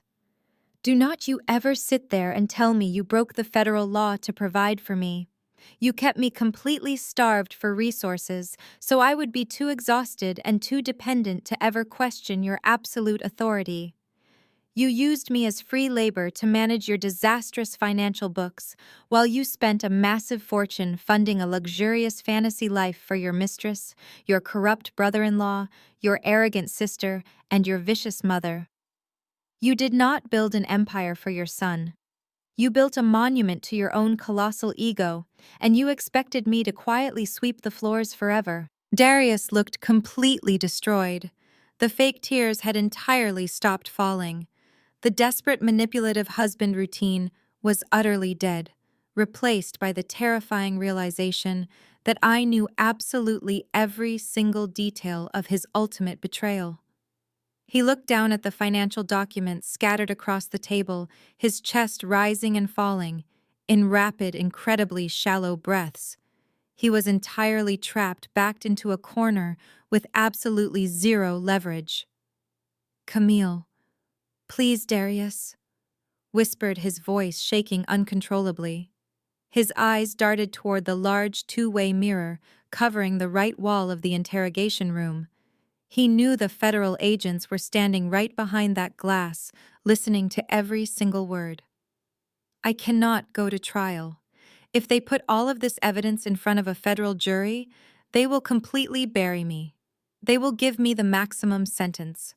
I will never survive a maximum security prison. He leaned his head down against the cold metal table, his shoulders shaking with genuine absolute terror. I need to make a plea deal, he sobbed, his voice muffled by the thick steel. I will plead guilty to the wire fraud. I will give up Jamal entirely. I will tell them exactly how Jamal bypassed the city zoning laws. I will give them the names of every single corrupt official on the city council. Just please, Camille. You have the ear of the lead investigators. They clearly trust you. You brought them the initial evidence. You have to go out there and talk to the federal prosecutor for me. He slowly raised his head, looking at me with the pathetic, hollow eyes of a completely broken man. Tell them I am fully cooperating. Tell them I will sign whatever they want me to sign if they just guarantee me a reduced sentence in a minimum security facility. You are the whistleblower. They will listen to you. Put in a good word for me. I am begging you on my hands and knees.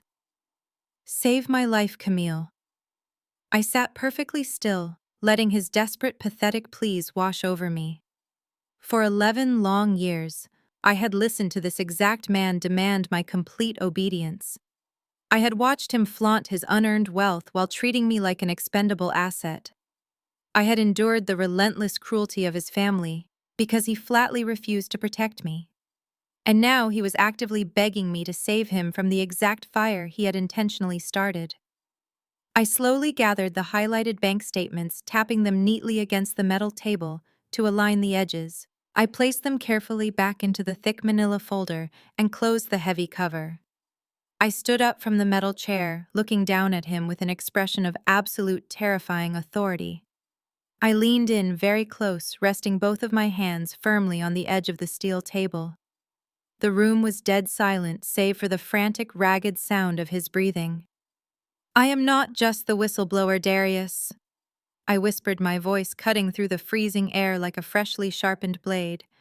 I am the lead forensic investigator assigned to your prosecution by the federal government. Darius recoiled violently, his chair scraping loudly against the concrete floor, as if he had just been physically burned.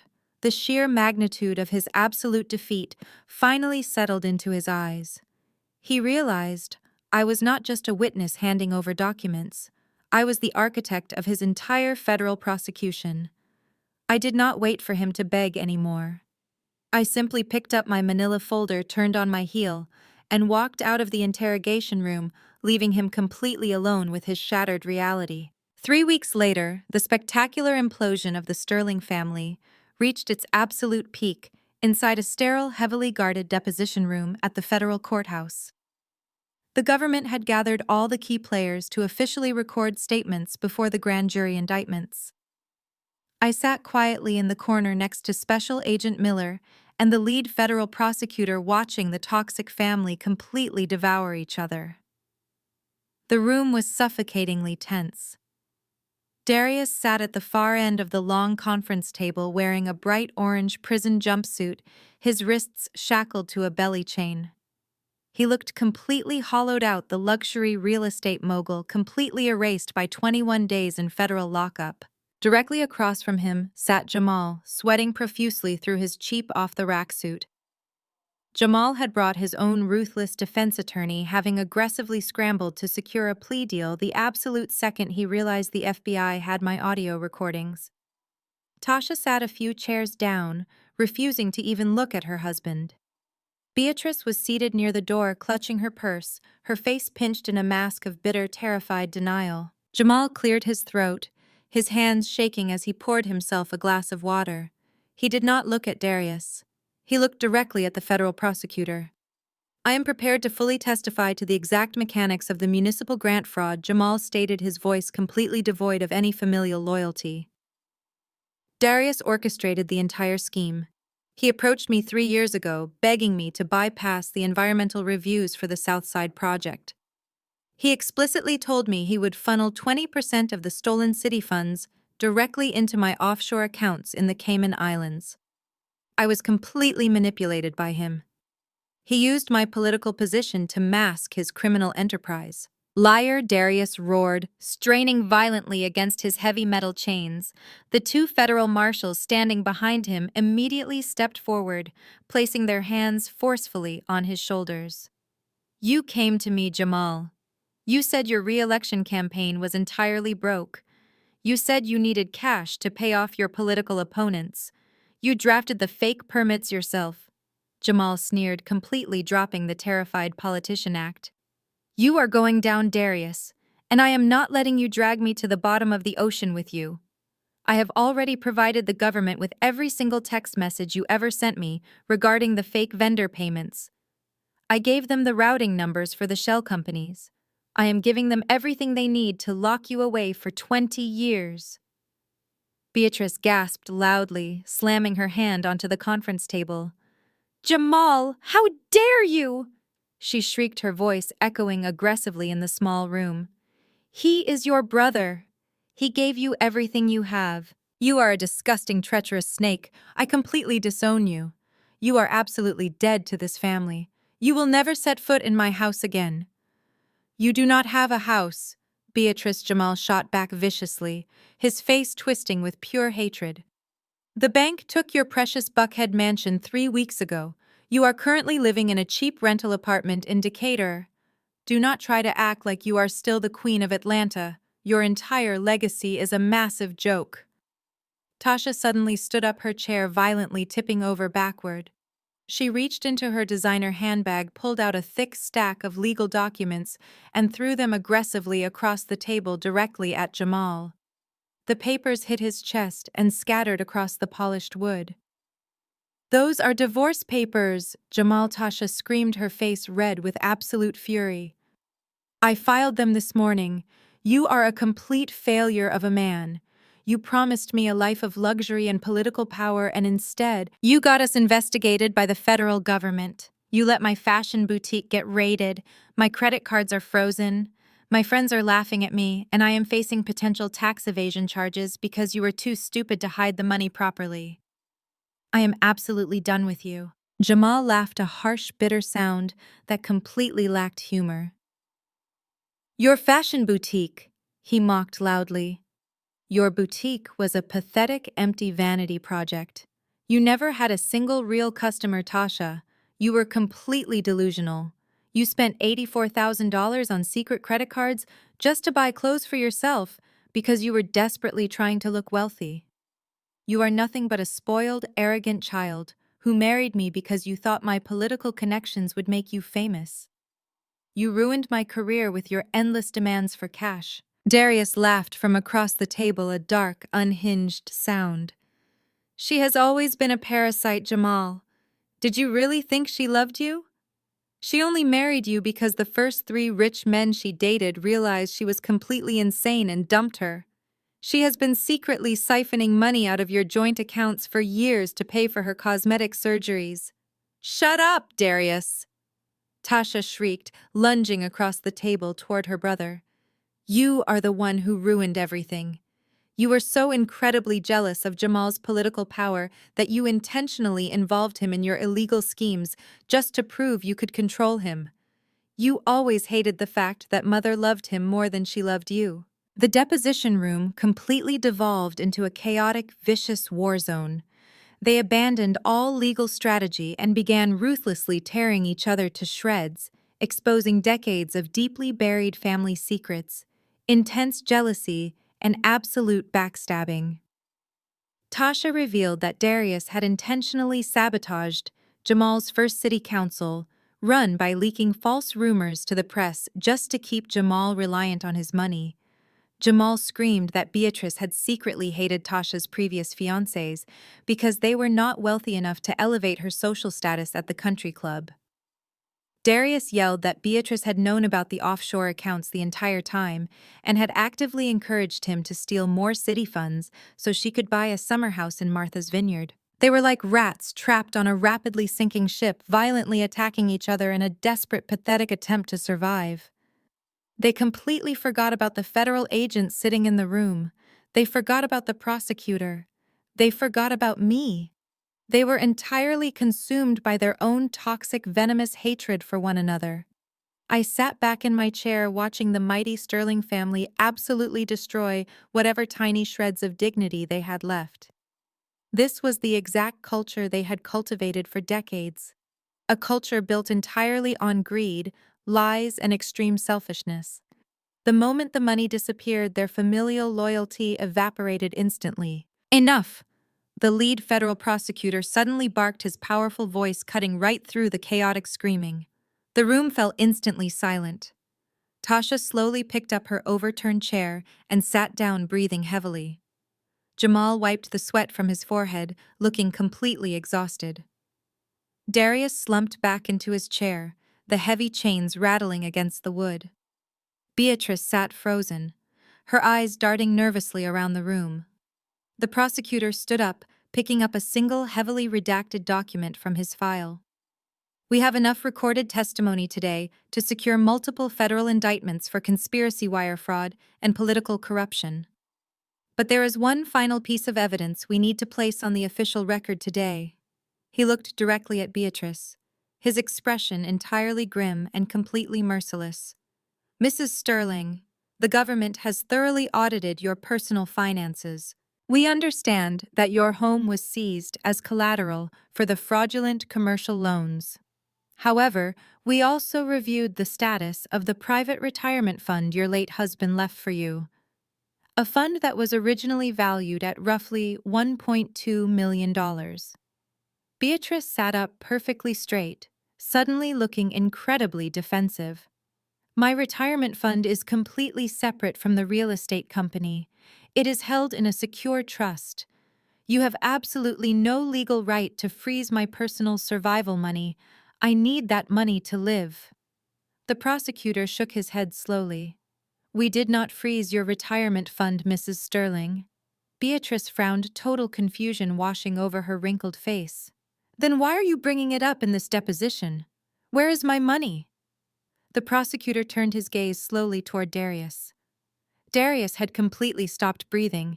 His eyes were wide with sheer, absolute terror. He was violently shaking his head back and forth, silently begging the prosecutor not to say the next words.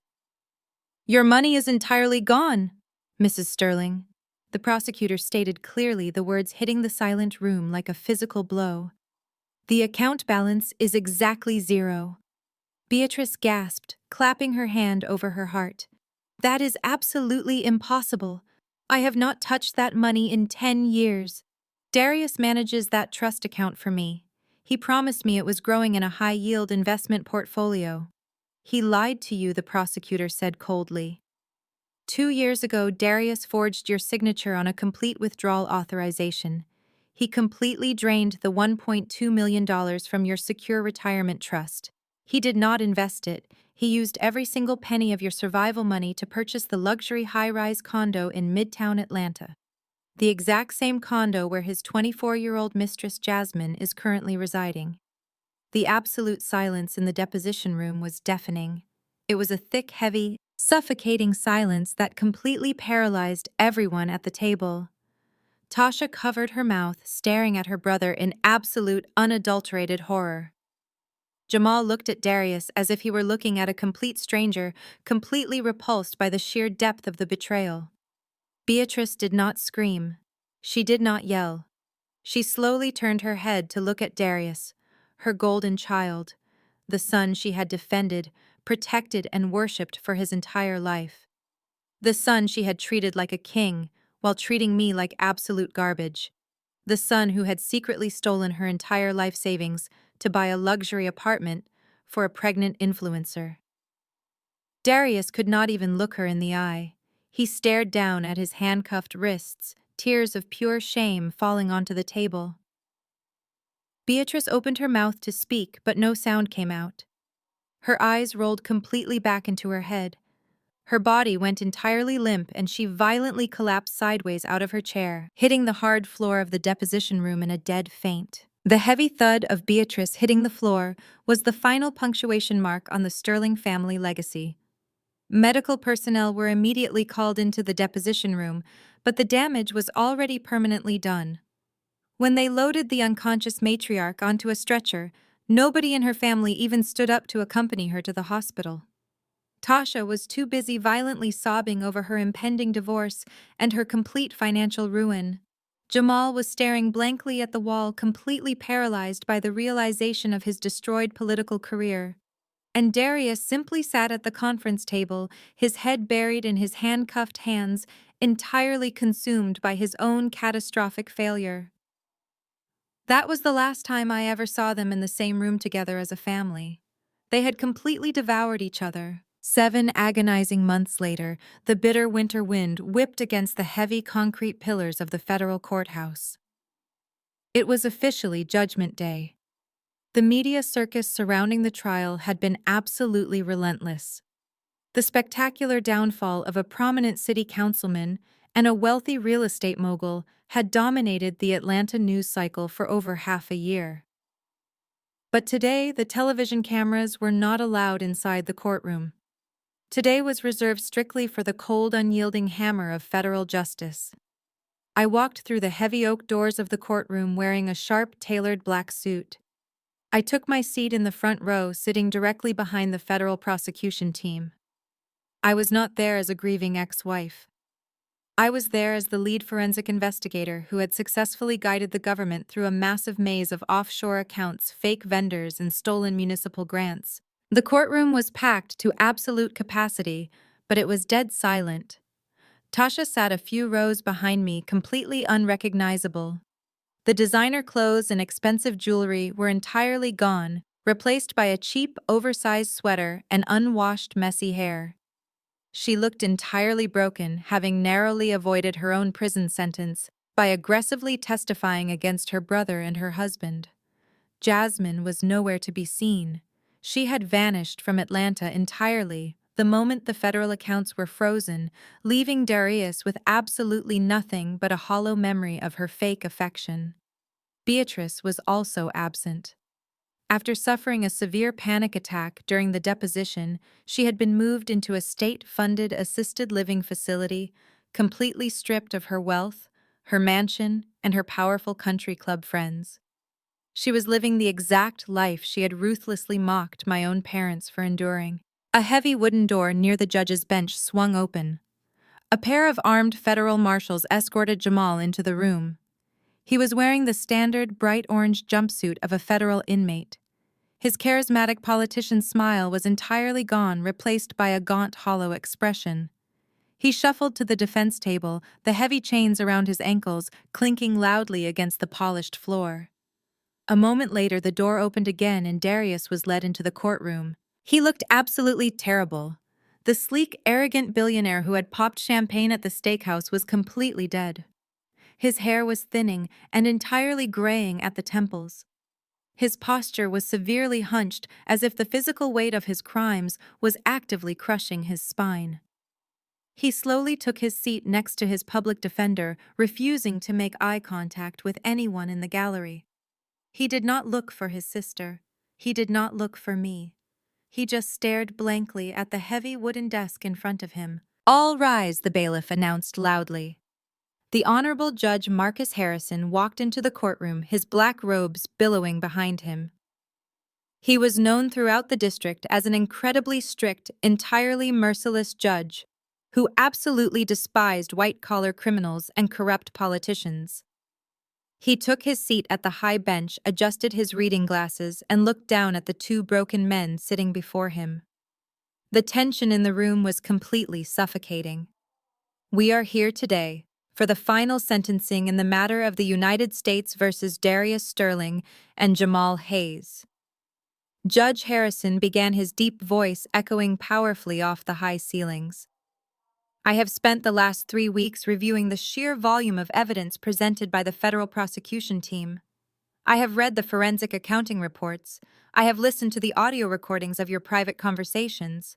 I have reviewed the forged zoning permits and the fake vendor invoices. Judge Harrison paused, removing his glasses and staring directly at Jamal. Mr. Hayes, you were elected by the citizens of this city to protect their interests. You were trusted to govern with absolute integrity. Instead, you used your political office as a personal piggy bank. You actively bypassed environmental reviews, approved fraudulent municipal grants, and funneled taxpayer money into offshore accounts to fund a lifestyle of grotesque luxury. You completely violated the public trust. The fact that you fully cooperated with the government only after you were caught on a federal wiretap does not erase the severe damage you have done to this city. Jamal closed his eyes tightly, a single tear escaping and rolling down his hollow cheek. It is the judgment of this court that you, Jamal Hayes, be sentenced to 8 years in a federal penitentiary, followed by 5 years of supervised release and full financial restitution to the city of Atlanta, the judge declared, striking his heavy wooden gavel. Jamal let out a pathetic, breathless whimper. Tasha began sobbing quietly in the gallery behind me, mourning the final, absolute destruction of her high society dreams. The federal marshals immediately stepped forward, placing their hands firmly on Jamal's shoulders and preparing to remove him from the room. But Judge Harrison was not finished. He turned his piercing gaze toward Darius. The entire courtroom seemed to hold its collective breath. Mr. Sterling, the judge, said, his voice dropping to a low, dangerous register. You were the primary architect of this massive criminal enterprise. You manipulated the system, you manipulated the city treasury, and you ruthlessly manipulated your own family. But what stands out to me the most in this entire federal case is the staggering, almost incomprehensible level of your personal arrogance. Darius kept his head down, staring at his handcuffed wrists resting on the table. The judge leaned forward over the high bench, his expression entirely devoid of mercy. The court reviewed your final divorce settlement, Mr. Sterling. The prosecution provided the complete transcripts from your family court hearings. I read exactly how you demanded sole undivided ownership of Sterling Real Estate Enterprises. I read how you loudly bragged about keeping the Buckhead mansion, the luxury vehicles, and the investment portfolios. You actively maneuvered the legal system to leave your ex-wife completely destitute. You wanted to punish her. You wanted to humiliate her. You wanted to prove that you held all the power in the relationship. The judge shook his head slowly, his voice laced with profound disgust. If you had just been fair, Mr. Sterling, if you had just split the assets evenly as the law originally intended, if you had allowed your ex-wife to maintain her 50% stake in the corporate holding company, you would have severely complicated this entire federal prosecution. The government would have been forced to untangle a massive web of shared liability. You might have been able to leverage her professional accounting credentials to secure a significantly lighter sentence. You might have even avoided the maximum federal penalties altogether. Darius suddenly looked up, his eyes widening in pure shock. The brutal, undeniable truth of the judge's words slammed into him like a freight train. But your own greed blinded you entirely. Judge Harrison continued flawlessly, his voice rising in volume and intensity. You were so incredibly desperate to leave her with absolutely nothing that you legally absorbed 100% of the fraudulent debt. You legally indemnified the government's star witness. You gleefully signed a binding legal document that took sole responsibility for millions of dollars in stolen municipal funds. Your own vicious arrogance sealed your fate. You built a highly complex trap to destroy your ex-wife, and you eagerly locked yourself right inside it. I sat perfectly still, my face a mask of absolute calm. The judge had just validated every single move I had made over the last year. He had laid Darius's colossal stupidity bare for the entire world to see. For the crimes of conspiracy to commit wire fraud, money laundering, tax evasion, and the theft of federal and municipal funds, Judge Harrison announced, his voice ringing with absolute finality. I sentence you, Darius Sterling, to 15 years in a maximum security federal penitentiary. You will serve this sentence without the possibility of early parole. All remaining assets are officially ordered to be seized and liquidated. You will pay full restitution to the victims of your fraud, including the retirement trust of your own mother, which you so callously destroyed. The heavy wooden gavel struck the sounding block with a violent, deafening crack. Darius let out a loud, agonizing scream of pure terror. He tried to stand up, but the heavy chains pulled him aggressively back down. No, he yelled frantically, struggling against the 2 federal marshals, who immediately grabbed his arms. Please, Your Honor, 15 years is a death sentence. I cannot survive 15 years in a maximum security prison. You have to reconsider, please. Judge Harrison completely ignored the pathetic outburst. He calmly gathered his files, stood up from the bench, and walked out of the courtroom. The sentencing was entirely final. There were absolutely no more legal maneuvers. There were no more bribes. There was no more stolen money to hide behind. The empire was officially dead and buried. The federal marshals yanked Darius forcefully to his feet. They began to drag him away from the defense table, leading him toward the heavy steel holding door at the side of the courtroom. The clinking of his heavy chains echoed sharply across the silent room. Jamal was already being led through the doorway, his head hung low in complete defeat. Just as the marshals pulled Darius toward the exit, he aggressively dug his heels into the polished floor, forcing them to pause for a brief second. He twisted his body around his desperate, terrified eyes, frantically scanning the crowded gallery. He was looking for me. His eyes finally locked onto mine. He looked absolutely pathetic. His face was soaked in tears, his mouth trembling uncontrollably. In that fleeting, agonizing moment, I saw the true realization hit him. He realized that the quiet, compliant woman he had constantly abused and underestimated was the absolute master of his total destruction. He realized that the luxury life he had stolen was entirely gone, replaced by a tiny concrete cell where he would spend the next 15 years of his miserable existence. He looked at me silently, begging for a single ounce of sympathy. He wanted me to cry. He wanted me to show some sign of lingering emotional attachment. He desperately wanted to know that he still mattered to me in some twisted way. I did not smile. I did not frown. I did not offer him a single shred of emotion. I looked at his completely broken face with the cold, clinical detachment of a stranger observing a fascinating insect. I calmly picked up my leather purse from the wooden bench. I turned my back on him entirely, completely erasing his existence from my line of sight. Camille Darius screamed, his voice cracking violently as the marshals violently shoved him through the heavy steel door. I did not look back. The heavy metal door slammed shut with a loud, echoing boom, cutting off his desperate scream completely. I walked gracefully down the center aisle of the courtroom, the rhythmic sound of my heels tapping against the floor sounding like a quiet, beautiful victory march. I pushed open the heavy oak doors and stepped out into the bright, cold Atlanta morning entirely free. 6 months later, the bitter cold of that winter morning had completely melted away, replaced by the bright, warm sunshine of an Atlanta summer. I stood quietly holding a steaming cup of artisan coffee, looking out through the massive floor-to-ceiling glass windows of my brand-new corner office. The view was absolutely spectacular. I could see the entire downtown skyline stretching out beneath me, a sprawling network of steel and glass that I now surveyed from the very top. I was no longer the quiet, subservient wife, hiding in the dark basement of a suburban mansion, frantically trying to balance the fraudulent books of a corrupt real estate firm. I was officially a senior partner at one of the most prestigious forensic accounting firms in the entire state of Georgia. My name was permanently etched into the heavy frosted glass of the double doors leading into my suite. The federal takedown of the Sterling family empire had not just been a personal victory for me. It had been the most highly publicized financial scandal in the history of Fulton County. Because of the meticulous, undeniable evidence I had provided to the Federal Bureau of Investigation, the United States government was able to successfully recover over $30 million in stolen municipal grants, unpaid corporate taxes, and laundered campaign funds.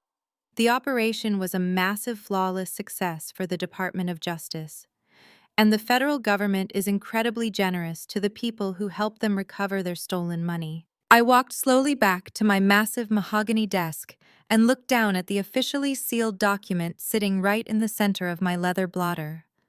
It was a formal notification from the United States Treasury. As the primary whistleblower and the lead forensic investigator who had cracked the entire case wide open, I was legally entitled to a percentage of the recovered funds. The government had officially awarded me a whistleblower bounty of exactly $4.2 million. The money had cleared my secure personal bank account that very morning. I had walked out of that divorce courtroom with absolutely nothing but my son and a shredded $5,000 check. 6 months later, I was a multimillionaire, entirely self-made, completely independent, and untouchable. That weekend, the The warm summer air carried the rich, comforting smell of roasted garlic and smoked brisket across the sprawling green lawns of my brand new home. I had not bought a flashy, obnoxious mansion in Buckhead to show off to a bunch of shallow country club socialites. Instead, I purchased a beautiful historic estate on 3 acres of private wooded land in the quiet suburbs. It had a massive wrap around porch giant oak trees shading the driveway and a huge backyard where my son could run completely free. It was Sunday evening and I was hosting a dinner party. But this dinner was absolutely nothing like the toxic, suffocating Sunday dinners I had been forced to endure with Beatrice and Tasha. There was no fake, arrogant bragging. There were no vicious, passive-aggressive insults thinly veiled as jokes. There was no desperate need to pretend we were better than anyone else. I stood on the back patio smiling genuinely as I watched the scene unfold in my backyard. Leo was running across the thick green grass, laughing hysterically as he played an intense game of tag with the children of my closest friends. The adults were gathered around the large, rustic wooden table on the patio, passing heavy bowls of homemade macaroni and cheese, fresh collard greens, and thick slices of perfectly smoked meat. Special Agent Miller, who had become a genuinely good friend after the trial, was sitting at the end of the table laughing loudly at a joke my new business partner had just told. The air was completely filled with real, authentic joy. It was a group of people who actually valued me for my mind, my strength, and my character, not for what I could secretly do to cover up their flaws. I looked at my son, his face glowing with pure happiness. He was completely safe. The dark, poisonous cycle of the Sterling family's narcissistic abuse had been entirely broken. He would never be taught to measure his worth by the designer clothes on his back or the price tag of his car. He would be raised with integrity, honesty, and genuine love. I had completely successfully shielded him from a family that would have eventually destroyed his soul. I took a slow sip of my red wine, feeling the cool evening breeze brush against my face. I stepped away from the lively noise of the dinner table, walking a few paces out onto the soft grass. I looked back at my beautiful home, the warm golden light spilling out from the large windows, illuminating the people who truly mattered to me. I thought about Darius, sitting in his tiny cold concrete cell. I thought about Beatrice living in her cramped state-funded apartment. I thought about Tasha desperately trying to avoid bankruptcy and Jamal watching his political career turn to dust. They had brought it all upon themselves. They thought stripping me of my title as a wife would leave me with nothing. They thought I was just a quiet, uneducated peasant who was lucky to be allowed in their presence. They thought I would crumble without their money, their status, and their powerful name. They completely forgot that I was the one holding the entire empire together from the very beginning. I was the foundation they built their fake castle on, and the moment they tried to crush me, I simply stepped away and watched them fall. When you force a Black woman to build from scratch, don't be surprised when she builds a fortress that locks you out. The story of the Sterling family's spectacular downfall is a masterclass in the destructive power of unchecked arrogance and greed. It vividly illustrates how a family culture built entirely on manipulation, deceit, and the obsessive pursuit of status is fundamentally fragile. When wealth is acquired through fraud, rather than honest labor, the foundation is inherently rotten. The moment pressure is applied, the facade crumbles, revealing the complete absence of loyalty or genuine love. Their relentless underestimation of Camille, the quiet, compliant wife they treated as an expendable asset, was their fatal flaw. They mistook her silence for stupidity and her patience for weakness. Ultimately, the story proves that authentic success and true freedom are never achieved by tearing others down, but by choosing to build your own life with integrity, independence, and an unwavering belief in your own self-worth. Have you ever watched someone's arrogance become their ultimate undoing? Share your stories of karma in the comments below.